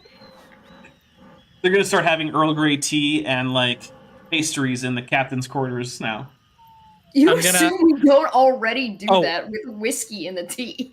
No, I got it. So like Picard does that flute thing, right? But it's not him doing it, it's someone else's hands. That's like how they actually did it. What if that's what we do?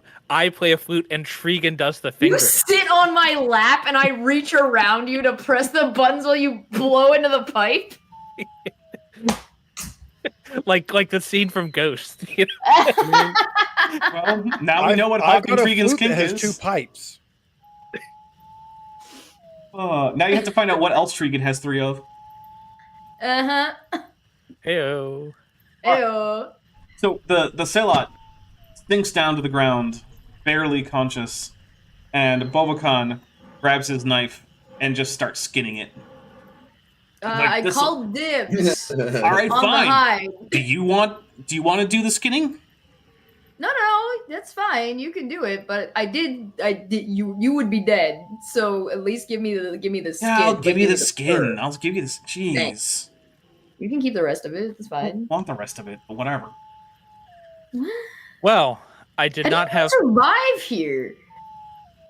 Normally get Hawk jumped will- by Celots. Hawk If you will gotta shake eat his something. fist and say, I didn't have punching a bear out on my list of things to do today. This isn't a bear, I it's a see him Celot. taking his fist, and I'm gonna be like, "Let me see your hand." Here's my boo-boo. And I go and I check it and make sure he doesn't have like a broken like- hand. Gently caressing my hand. No, it only gets weird afterwards. Right? It's like super gentle, and I'm like holding it and flipping it over, and it's like, does it hurt if I bend it this way? It only gets weird as it goes on. Here you All right. guys go. Just So- for Tregan and Hawk, here's your guys' flute. It's got 2 pipes, so you can both blow on it at the same time. Nice. Perfect. So, as Tregan and Hawk are starting to gaze into each other's eyes, a gigantic, blood-soaked hide of a Celot crashes into Tregan. Poof! Perfect. I'm gonna now covered half in blood, and I'm rolling this fucker up. Like, I got an extra arm. Oh, there's a fan art from Hey! Tree Hawk Ghost Pottery scene. Oh my love. Hey, at least neither of them are in love with a green candle ghost. And neither of us are Whoopi Goldberg. Also true. All right, so we're gonna switch back to the other characters. What are y'all up to? Panicking. Yeah, where were we? I'm panicking. Well, I mean, what do you want to be doing? What's your plan? All right, so yeah, we had asked. Yeah, what we were doing, we asked the people to send. So we're just waiting to hear about what happens, really, from the security officer and the twins. All right, you do get contacted by Visharasa, who asks that you go to her office. Okay, we do that. Yes, All we're right, going and to she their says- office. All right, I need you to explain what's going on. I hear that you're saying that someone was sent against their will to the dark side. Yeah, Can we so have brought that guy with us? Absolutely. Okay. Yeah, Great. so your guy here, he basically programmed your computer to be very questionable on consent, which understandably has caused a slight emergency on our part. We have 2 members of our crew, including our captain, currently on the dark side against their will. We're not, And how do you as know of it's right now, against their holding that will? because there's no way the captain would have ever gone to that side while he was on duty. How do you know that? Because he's a Starfleet officer. I think you will be surprised to find out what Starfleet officers are interested in when they are not subject to the judgment of other Starfleet officers. Well, see, the captain was subject to the judgment of the other officers. Those of us here, that's not kinda inside how this his works. own mind. If he wanted to do that, and that's what the computer sensed. Look, our computers are very sophisticated. I'm sorry. Go ahead, Mr. This guy held a gun to us and then ordered the computer to send us there. Hamasaur? Did you do that? Yes. Well, that's certainly unacceptable, and Hamasaur will be banished. Well, I certainly hope so, because right now our first in command is ill, which means my job is to look after the captain. And if I lose the captain, Chanos will never let me hear the end of it.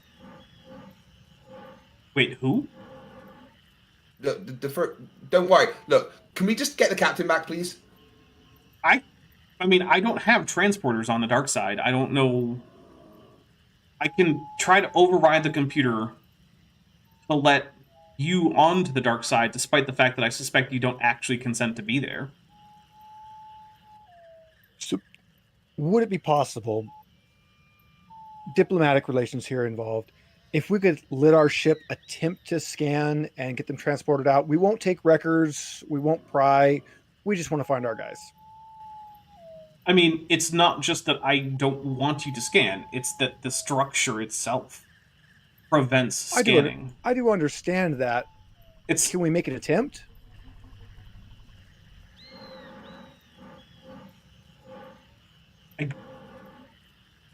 I'll have to think about that. It is a violation of all of our guests' privacy on behalf of 2 guests. How about we agree to completely erase all scan data as soon as we have located our captain? And the scan data will be confined to 1 console on our ship, and it will be only seen by 1 officer on deck. That is an acceptable compromise. Okay. Hank, do you think you can contact the ship and arrange that? Yeah, I will immediately contact the ship and walk whoever is currently on scans through that process. That's Lieutenant Dave. Lieutenant Bob Dave. Yeah. Like, hey, Bob, don't worry, Dave. I got bad news for you, buddy. I need you to do something, and it's not going to be easy. Certainly. What is this you need from me, Lieutenant? So we have permission to scan the dark side for the captain and the doctor, but we cannot record anything.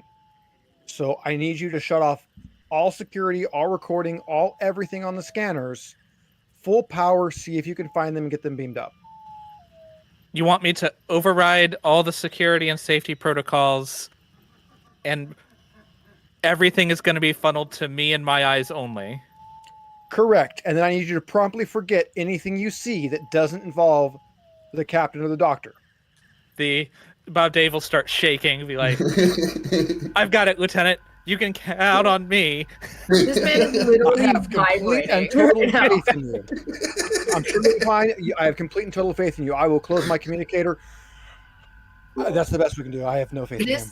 Man is sweating the same way like a flat earther sweats when they have to do a cock with FTFE. Or just answer any basic math question. Ken Hovind starts sweating and crying and pissing his pants when he talks to Dapper. No. When Ken Hovind talks to Dapper, he gets that little smug thing, and then partway to the end he goes, "Oh, okay, oh," and he just kind of shuts up. Yeah. He starts sweating halfway through. Craig, have you seen my debate with him? I might have to send it to you. Probably. I've seen. I find watching Kent Hovind is so hard, it's cringy. I get that actual At least feeling. you guys So have I people will that say- are willing to debate you. Everybody's too afraid of me. Dapper's debate with Kent Hovind is my favorite of the Kent Hovind debates I've seen, and it's honestly the one where Kent is just like, he honestly just shuts up and just starts asking Dapper questions towards It's the true. end. Because Eventually, he nothing he can actually do. accepts the free education. He also admitted to not knowing what a dinosaur is in that debate. I love that. Anyway, all right, so we're going to switch back to our captain and Dr. Tregan. Although, first, we're going to get a bridge scanner sound effect because I like it. So, there you go. That's Bob Dave scanning. I will call for him to take a task in a bit. So, Tregan and Hawk, you guys take another lift up, and this one does not seem inclined to throw you out. It is encased in, like, it's actually inside the interior of a rock, so if it opened up, there would just be rock. Like, what's it gonna do? Just gonna careful, you'll lose your nose. Mine's like flat to my face. So he says, all right, look, there's a structure. You should be able to get some help in there. There's plenty of my friends in. There's plenty of my friends in there. They'll be able to help us face off with anything else that's threatening.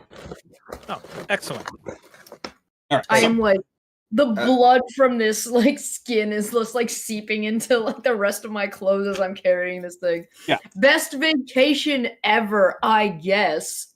Dapper, random thought here, and thanks to the chat site. Would Kent Hovind, would he allow you to host the debate between me and him about evolution? I very much doubt it. He only goes on his own channel or other creationist channels, basically, at this point. He might let me Right. because I'm a moid, and he might Sure. be arrogant enough because I'm a woman. Yeah. All right. Well, I'm been studying evolution quite a bit, and because I want to debate against the evolution deniers. So if someone can arrange a debate between me and Hovind, You'd want to will talk to try- Standing for Truth. Hey, I'll see if I can 855 do it. Big Dino extension, I believe 4 is his actual, like, call him on his cell phone.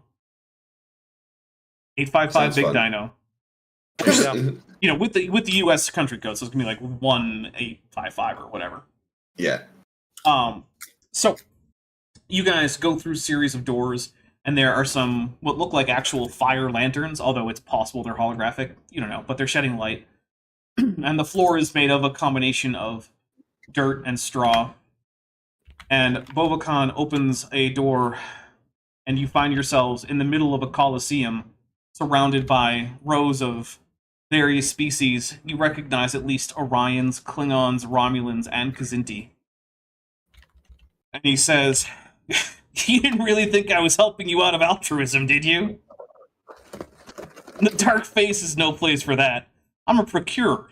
See, the Thalebans say they let everyone do everything they want, but only to willing people.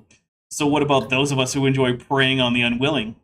It's a gap in the Thaleban system that I profit heavily from filling." I told you it was a rape side. What you faced before were tests to see if you were good enough to put on a worthy show for this discerning audience, and a warm-up to get you in the right frame of mind. My clients tell me you Starfleet types only fight when provoked, so I had to provoke you. Now the rest is up to you, he says as he quickly ducks behind this door, which you hear a latch slam shut. And into the ring steps 2 Klingon warriors, a Romulan and a Kzinti, all of whom draw disruptors. Is this a 2v4 right now? Yeah, but hey, good news. Your health is back. Your stress is back. You're to full. How many Okay. zones are they away right now? I don't like what you. Oh, I forgot to move the actual players. Okay. Sorry, I can't see. Yep. So I'm going to try to talk them down. Who's them? I was just like a coliseum. Are there people? The like, people that watching? are about to shoot us. There's the 4 people that have phasers. Okay. Go for it. Well, I'm way better at talking than I am at shooting, so this is the best chance we've got. They're gonna start a war with the Federation. It's not us Man, I wish starting a war with them. I saved my Starcross for this. I'm gonna say, listen, I understand why you want to do this, but we do not consent, and that's against the rules of the station. If you don't want to be exiled, then you can't do this. Okay. This Kazinti moves over here and says, I'm a slaver. I don't care about consent. And then he decides to shoot at you. I'm still holding this blanket, right? He misses, though. Yeah, you're still inside the bear blanket. Sweet. Since that didn't come with a check or anything, is that actually my action, or can I shoot too? You talk for a really long time. Okay. But it's Tregan's turn. I was gonna say that the people in this Coliseum don't care about consent, so I don't know. Well, they might care about having their party not destroyed, is the angle I was going for. Fair. And the fact that I guess. consent is the one rule on this station. Yeah, but if you die without telling anyone you didn't consent, then... Yeah, that is... We're definitely alone and don't have anybody else on this ship that will miss us, for sure. This is a brilliant crime. The Kazinti aren't known for their brilliance. Okay, so who's on the left over here? Klingons. From my angle. And who's on the right over here? A Romulan. And how big is my blanket? I mean, it's a whole-sized bear. Perfect. I'm gonna go over here. I'm gonna throw my blanket on top of this person so I can't do anything. Alright, give me a...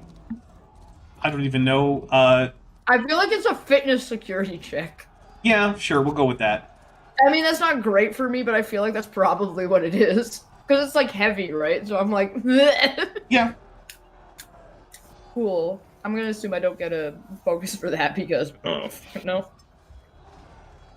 You don't have bear cards throwing as a focus? PM points out bigger than a bear, actually. Yeah, it is actually a bit bigger than a bear, but that's okay. I throw the blanket out so like it's heavy and like maybe potentially at least blinds this person for a turn and maybe knocks them over. Alright, so what did you get? You got and I'm gonna a turn 1? around and say, Captain, our prime directive is to not start a war with the Klingons. If the Klingons start a war with us, what does that mean for the Federation? And I shout that out loud enough for the Klingons on the other side to hear me. Alright, so you do actually manage to get the bear thing thrown over her. And so perfect.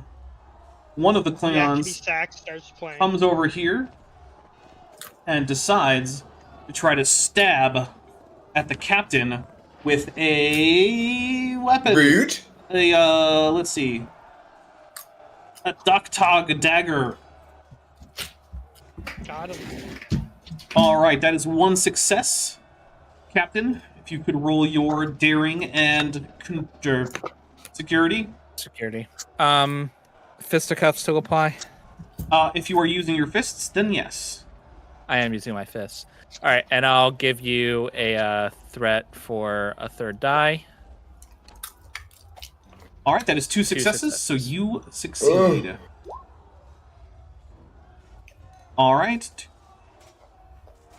All right. Well, you knock him unconscious. Well, at least Nice. That guy had a glass jaw, at least. Are you sure No, you're bad at this? I'm good at punching. I'm bad at shooting. Oh, right. The captain is like, he's got some kind of super punch. No one knew, but this is the Star Trek crossover with Iron Fist. All right, one of the Orions leaps down, and you recognize it as one of Lothani Tan's twins, and he decides to fire a disruptor rifle at one of the Klingons, getting a successful hit, and... Hey, I told you to wait. Rude! That's not your popcorn! Wait! Good boy. Species. What breed is your dog? Okay. Yes. Good boy! The answer is yes. Check. Chess, what breed is your dog? He's a shepherd collie. Ooh, very close in I was family to a border told he collie. Yeah, I was told he was German Shepherd, but he's huge and black, so I think they lied to me, and he's actually King Shepherd. He's got, it looks a lot of border in his face. It's very Yeah, he beautiful. does. He's got like the here. Let's see if I can get you a better angle. Oh, he's a beautiful boy. Oh he's my also god. he's also Absolutely gorgeous. old, so a lot of that white is coming from just being. an I old know you man. can tell his age there, but he's beautiful. I love dogs. Look Oh. at his eyes. Did- Zoomy Tomato says Star Trek Online is boy. canon. Paramount said so. I feel like that's not true. However, they have brought in a lot No, of ships. it actually is true. They've concluded that the storylines in Star Trek Online are canon. In a different universe? We are technically Star Trek Online. Are we canon? Lieutenant Matt the Navigator from 499 says the Klingon tested his assumption that Captain Hawk's at Captain Hawk's convenience. Unsuccessfully, yes. Man, you guys are coming in with some great references. All right, so the disruptor rifle hits the Klingon in the arm, grazing him, but causing some pretty serious burns. It is now this Kazinti's turn, who will turn and shoot at the Orion. Succeeding, actually. Pausing. Causing this guy to himself go unconscious. Let's go. All right. It is now the other Orion leaps down and decides to himself shoot at the Kazinti. You just shot my friend. All right. Brother, aren't they brothers? They are brothers. They're Yeah, twin they- brothers. There you go. Identical The twin Orion brothers. that I believe that Captain Hawk knows. Yes. I've met them at least, yes. Yeah. Dealing like 9 stress in one go with a lethal weapon, which means this Kazinti is absolutely vaporized. The Forever Eat. Well, they All right. consented to die. They so- did, yeah. I mean, now the My apologies, I Romulan- need to take another No, Riley. they I'll be back in consented 1 to minute. murdering other people against their consent. That's what they consented to, Whoa. technically. the Well, they Romulan did is consent to the possibility of being killed. the Romulan is very confused and spends her entire time just getting out of the disgusting skin and blood blanket, making it the player's turn once again. I'm gonna, while they're trying to like get out, I'm gonna fucking take the opportunity to just like rapid punch them. Okay. With my 3 arms. Flap, flap, flap. Nice. Daring security, right? Yes. DM Carl Ipsumwing says, wait, you can vaporize from stress? If it's a lethal weapon against an NPC from a different NPC where I don't plan on any of these NPCs coming back, yes, you can vaporize from stress. I'm so so that's stressed out I stopped existing. 1 success. All right, I will use a threat, get an extra die, which didn't help because I can't roll for shit. So Tregan, you get to roll your damage.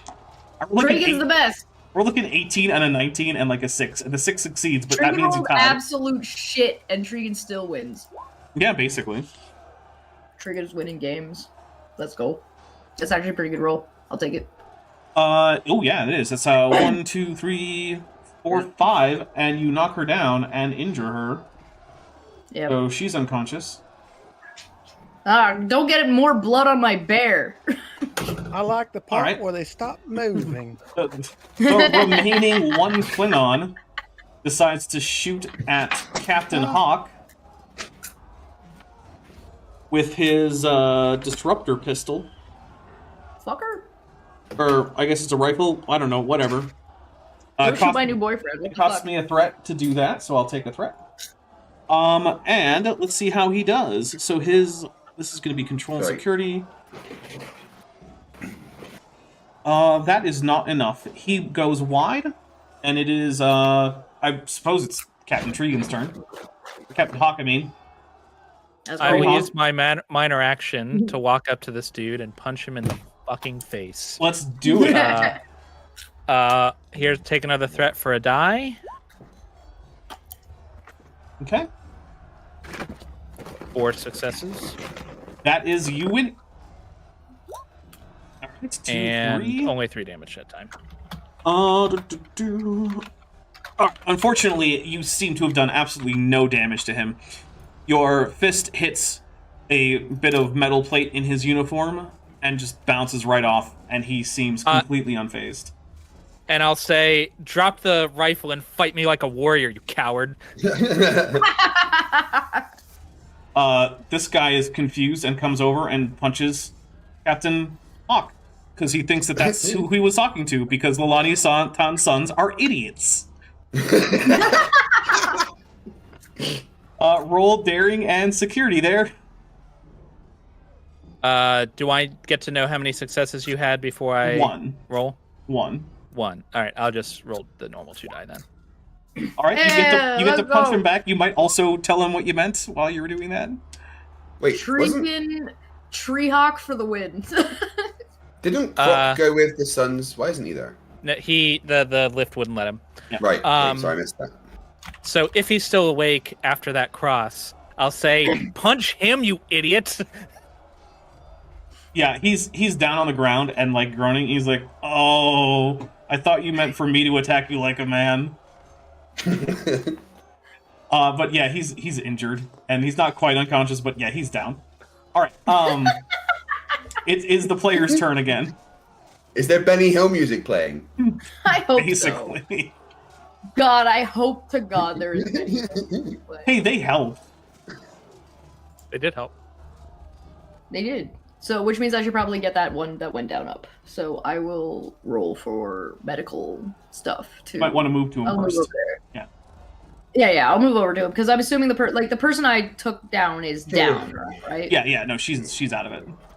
Perfect. Okay, that's what I thought. So I'll go over to one of the twins. Yeah, you can get. This is the only one you can reach. Yeah. Yeah. Whichever one is down, and be like, all They're right, both down. Medical they're- That roll. one might be dying, also. No, they're both fine. I'm doing my best. All right. All right, so that's going to be a Does this also difficulty count 2, for- daring and medicine. Do I also get xenobiology? Nah. No. Okay. Orions are too much like humans. Does my equipment assist me in this? Between my medical tricorder, my tri-laser it connector, allows my you- laser skill. Yes, it allows you to make the check. Oh, all right. Well, Yeah, if you didn't have it, you Okay, wouldn't be alright. able to make the check. All right, hey, there you go. He is back up. Not feeling too great, but he's back up. I'm gonna be like, listen, you might need to take it easy for a second, but your brother might need your help. Oh. Thanks. All right, so the Klingon is going to make another stab with his Doktog dagger. So he did, in fact, drop his rifle and fight me like a warrior. Yeah, basically. Yeah, you got him. All right. He got 1 success on his daring security check. I got All right. 3. Lieutenant Matt, the Navigator, says the Lexington is truly the California class of the Constitution class. Excellent. But All I right. only did 2 damage. Yeah, unfortunately, that does absolutely nothing. And it is now top of the turn. It's the player's turn again. All right, I'm going to punch him. All right. Take a threat for another die. I'm gonna punch him. Oof, only 1. Tregan's just like planning their future together in her Bad head at roll. this point. I'm going to take that threat back and use it to gain an additional die for me. Meanwhile, in Tregan's head, how do we bang? Oh wow. He just whips. Okay, he sucks. Let's Sweet. go. Still does nothing though. You gotta remember, you're punching a Klingon. They have all sorts of resistances to that. I'm still more effective with my fists. I'm gonna Well, catch these At hands. least you're hitting. He is in fact catching the hand. Regan, would you like to go, or would you like to let the Orion go? Does anybody else need any medical attention? Well, there's the Orion on the ground that I punched in the gut. I yeah. will deal with that. Okay. So I'm assuming there's a daring medicine again, same thing. Mhm. Double 1s, let's go. Hey, he's back up. He says, "Oh, thank you." I'm just gonna like pat him on, give a little bit of a neck massage. It's just like go after the right guy, this guy, buddy, and I slap him on the ass. Let's go. All right, the other Orion is going to fire a disruptor rifle at the Klingon. Did you read out that super chat? Yes, I did. It was excellent. All right, Sorry, so this one I'm actually tired. does hit. So let's see. Can he vaporize the Klingon, or at least just put him down? Well, it probably won't vaporize. We'll see what happens. Listen, if none of the Klingons survive, we don't have to worry about starting a war. Well, that's 10 stress, so yeah, that Klingon is vaporized. It explodes into a fine pink mist. Yeah. Just one of his 2 hearts left on the floor, beating slightly. So the Orions turn to Captain Hawk and say, Captain Hawk.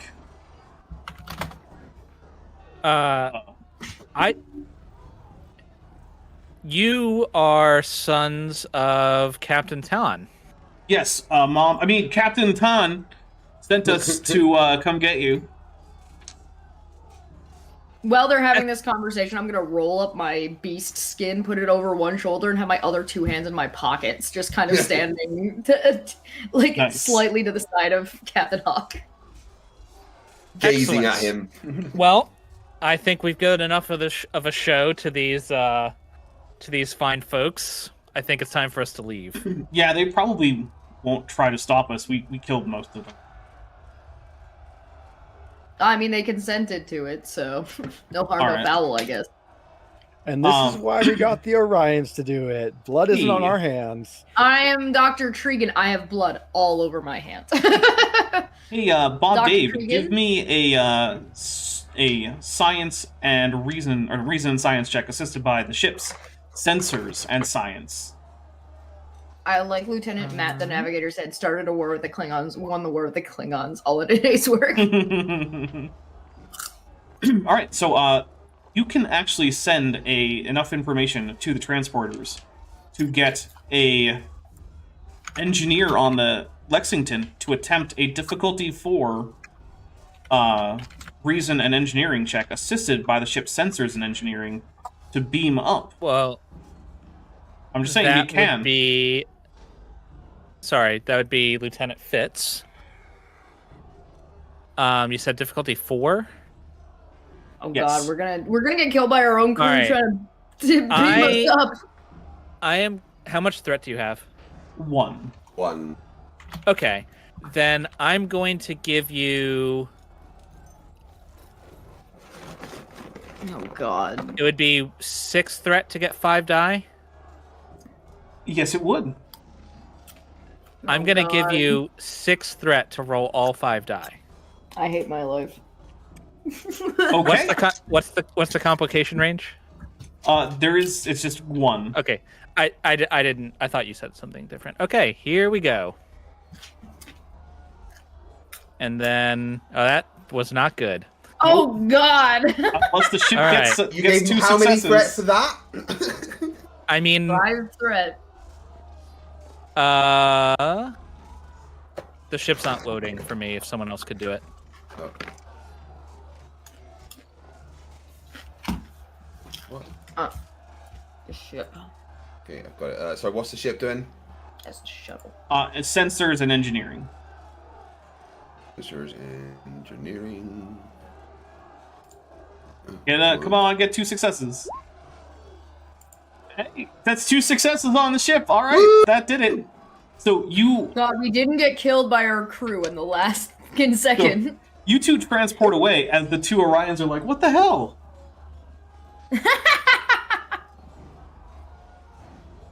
Good God. Oh, right, there we go. We're just like, well, hold on, what? I was introducing myself. All right, but I am going to let's see. I'll think about that threat. I'll think about what to do with it. All right. What's the rest of the crew doing now that Fitz has reported to the ground crew that the captain is in fact and Dr. Tregan are in fact safe on the ship? Breathe a sigh of relief. Yeah, are we still talking with the director person in their office? Yes. Yeah. So I'm going to turn to them and go, so, have those unnecessary directives been removed from your computer? They have, and Hamasaur here is going to be on the next shuttle off, and in the meantime, he's going to be restricted to the docking ring. So there's no chance of accidentally being sent to the dark side? There is not. Also, we've installed push buttons on some of the lifts, and we'll be installing them on more of them. Okay, then you'll be expecting my crew shortly. That was always the plan. I contact Lexington. Shelby to Lexington? Yes, Commander, this is Talk. Is the captain safe? He is. And As the is doctor? Yes, she is as well. Excellent. Okay, can you please beam the rest of us up, and we're going to organize some well-needed R&R. Have we received permission to scan the docking ring? Have we? No. No, we haven't. There's no scanning of the docking ring needed. It is if we were to beam you up, sir. Oh, yeah, well, forget I said that. Up. Yeah, I meant shuttle up. Yeah, we're going to shuttle up, and then, yeah. I see. I'm sorry, I'm tired, dude. I haven't slept for like a day. I'm sorry, Commander, but I'm not really capable of forgetting that you said that. I order you to forget it. I am unable to comply, sir. You're fired. I am not under your direct command in terms of personnel decisions, sir. Oh no, you're Vulcan, aren't you? Never mind. Talk. Is there anything else, sir? Remind me again, Captain. Who was it that cried on Vulcan and then got kicked off? Was it the Vulcan that cried, or are we sure it wasn't just Shelby? I'm pretty sure it was just Shelby. Was there anything else, Commander? No, we'll be back shortly, and yeah, you're fired. Again, sir, that is a decision for the captain. I can't hear you. You're breaking up. I'm not receiving any distortions on communications. Oh, sorry, I can't hear you at all. I'm anyway. Bye. You're fired. I suspect this is a deception. I close the thing. All right. So, the captain and Jesh, if you want, you can. What do you do? What's the deal? You're back on the ship. We are on the ship all of a sudden out of left field. Yeah, basically. Okay. Did they get permission to scan for us? We are assuming they got permission. I will make my way. In the end, we did. To the bridge. I will follow. I'm going to make contact with the director, get back up to speed. And once I'm aware of what's going on, I'll ask the director if she would mind lending me some of her chefs, because apparently I have a dinner party I have to throw. Captain, I would recommend... Yeah, Captain, just to say it's not a dinner party. I promised her you would give her a, and I quote here, feast. I understand, Commander. I'm on it. Captain, I would recommend leveraging our experience to get our crew free roam of this place for at least a week. I think they get free roam as long as they want. I think that's the whole deal, right? Yeah, but I mean free roam exclusively to us. I don't think they're going to kick off everyone on the ship. They should everyone. It looks like there's plenty of space. We're just no one is authorized to go on the dark side, no matter how much they want to. Fair enough. All right, so we'll cut, and yeah, you can get some catering done on the ship. And Lilani Tan is there, and she says, "Oh, Captain, it's nice to finally get to see your ship." Sorry, before we go to the dinner party, I'm assuming we have like a few hours, right? Yeah. So before that happens, I'm gonna be like, I'm holding this bloody, dripping. I am covered in like 3 different colors of blood, and I'm gonna be like, "Well, I'm gonna go have a shower, Captain. You want to join me?" The rest of the crew look around and go, "What?" Well, and Captain, then I would start walking. Captain can choose to join me or not. You're kind of putting me on the spot here. I've already gone. Do you follow? Sure, why not? All right. And I just sit in the captain's chair and I go, I can't wait till Chanos is back. All right. So a few hours later, Lilani Tan is in the captain's mess, eating delicious food, and she says, "Captain,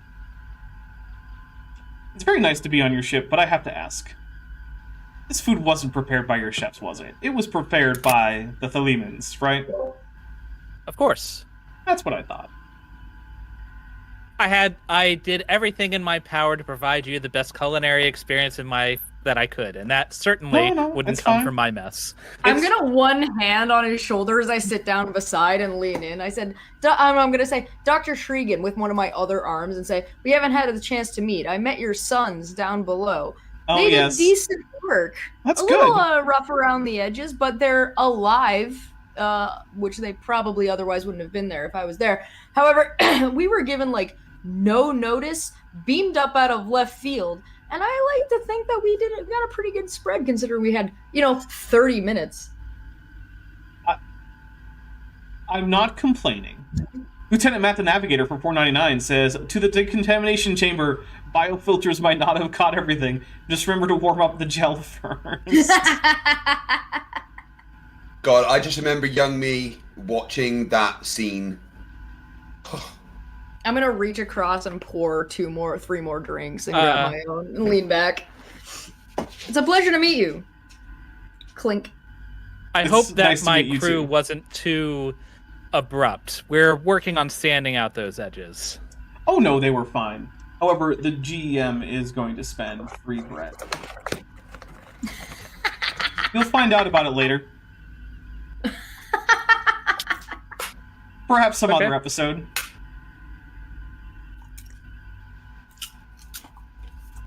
Well, Captain, we have to stop meeting on all of these crazy, conflict-ridden scenarios. Like, we're going after, or you're trying to steal Orion artifacts, or you're for some reason not happy that I'm selling medicine. Oh, that was your medicine. Well, I mean, I didn't make it, but I did acquire it and then sell it. No, I checked it out. It was actually pretty well put together. I appreciate well put together quality products.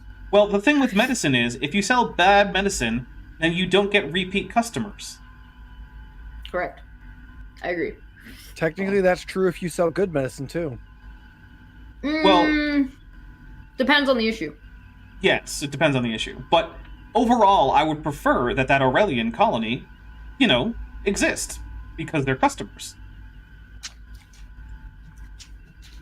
It's one of the reasons why Orions have such a small history of intergalactic warfare. Oh, sure, some of us are pirates. But do you ever notice that we don't go out and destroy entire civilizations? Good business is good business. I respect. Where would we trade, or for those less savory of us, pirate, if we destroyed all the other civilizations? Exactly. I'm sure we could. We're a very powerful species. I agree that it would be more pleasant for us to meet under situations where one or the other of us isn't in a life-threatening or business-threatening situation. Maybe we can set up a dinner in a place of your choosing in the future next time I'm on leave. Well, my next stop is Kronos. Any chance you're swinging by there anytime soon? That might be hard to pull off. Well, I will have to take my leave. I am, in fact, due in Klingon space soon. I hope you enjoy Thelema, Captain. Hopefully we can set something a little bit more up that's more our style. That would be lovely, Doctor.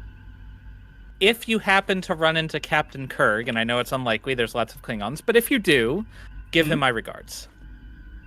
I will try to remember to do that, if that happens. Tell your boys I say thanks. I will do that. All right. Well, that is where we're going to wrap things up for today. I hope everyone had fun. I hope that everyone who was watching had fun with that. Thank you very much. Thank you for all the super chats. Thank you for joining the channel. Matt, thank you for the membership chats. I really do appreciate it, you guys. As you guys know, this the stuff from this channel primarily goes to help to offset the cost for all this production, the many books. I'm going to be getting a new uniform top for the next campaign. That itself is probably going to be somewhere around $100. So all of that is very much appreciated. FTFE, who's been a member for 1 month, says, "Come." Yeah. So, all right. I would like to remind all the fan artists out there that Dr. Tregan has 3 arms and 3 legs. Thank you very much. That's true, and an ambiguous amount of chest details. We're not sure what the deal is there.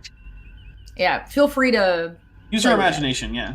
Artistic license. Yeah, and in fact, if you're curious as to what the characters look like, they are, in fact, in the end credits. So, yeah. So there you go. Now all the fan art types. I'm sure all of it will get posted over in Chesh's Discord NSFW section. By all means. Yeah. All right. Goodbye, everybody. I hope you all had fun, and the plan right now is to be back on next Friday for the next episode, Return to Beta Niobe. So, see y'all then. Bye.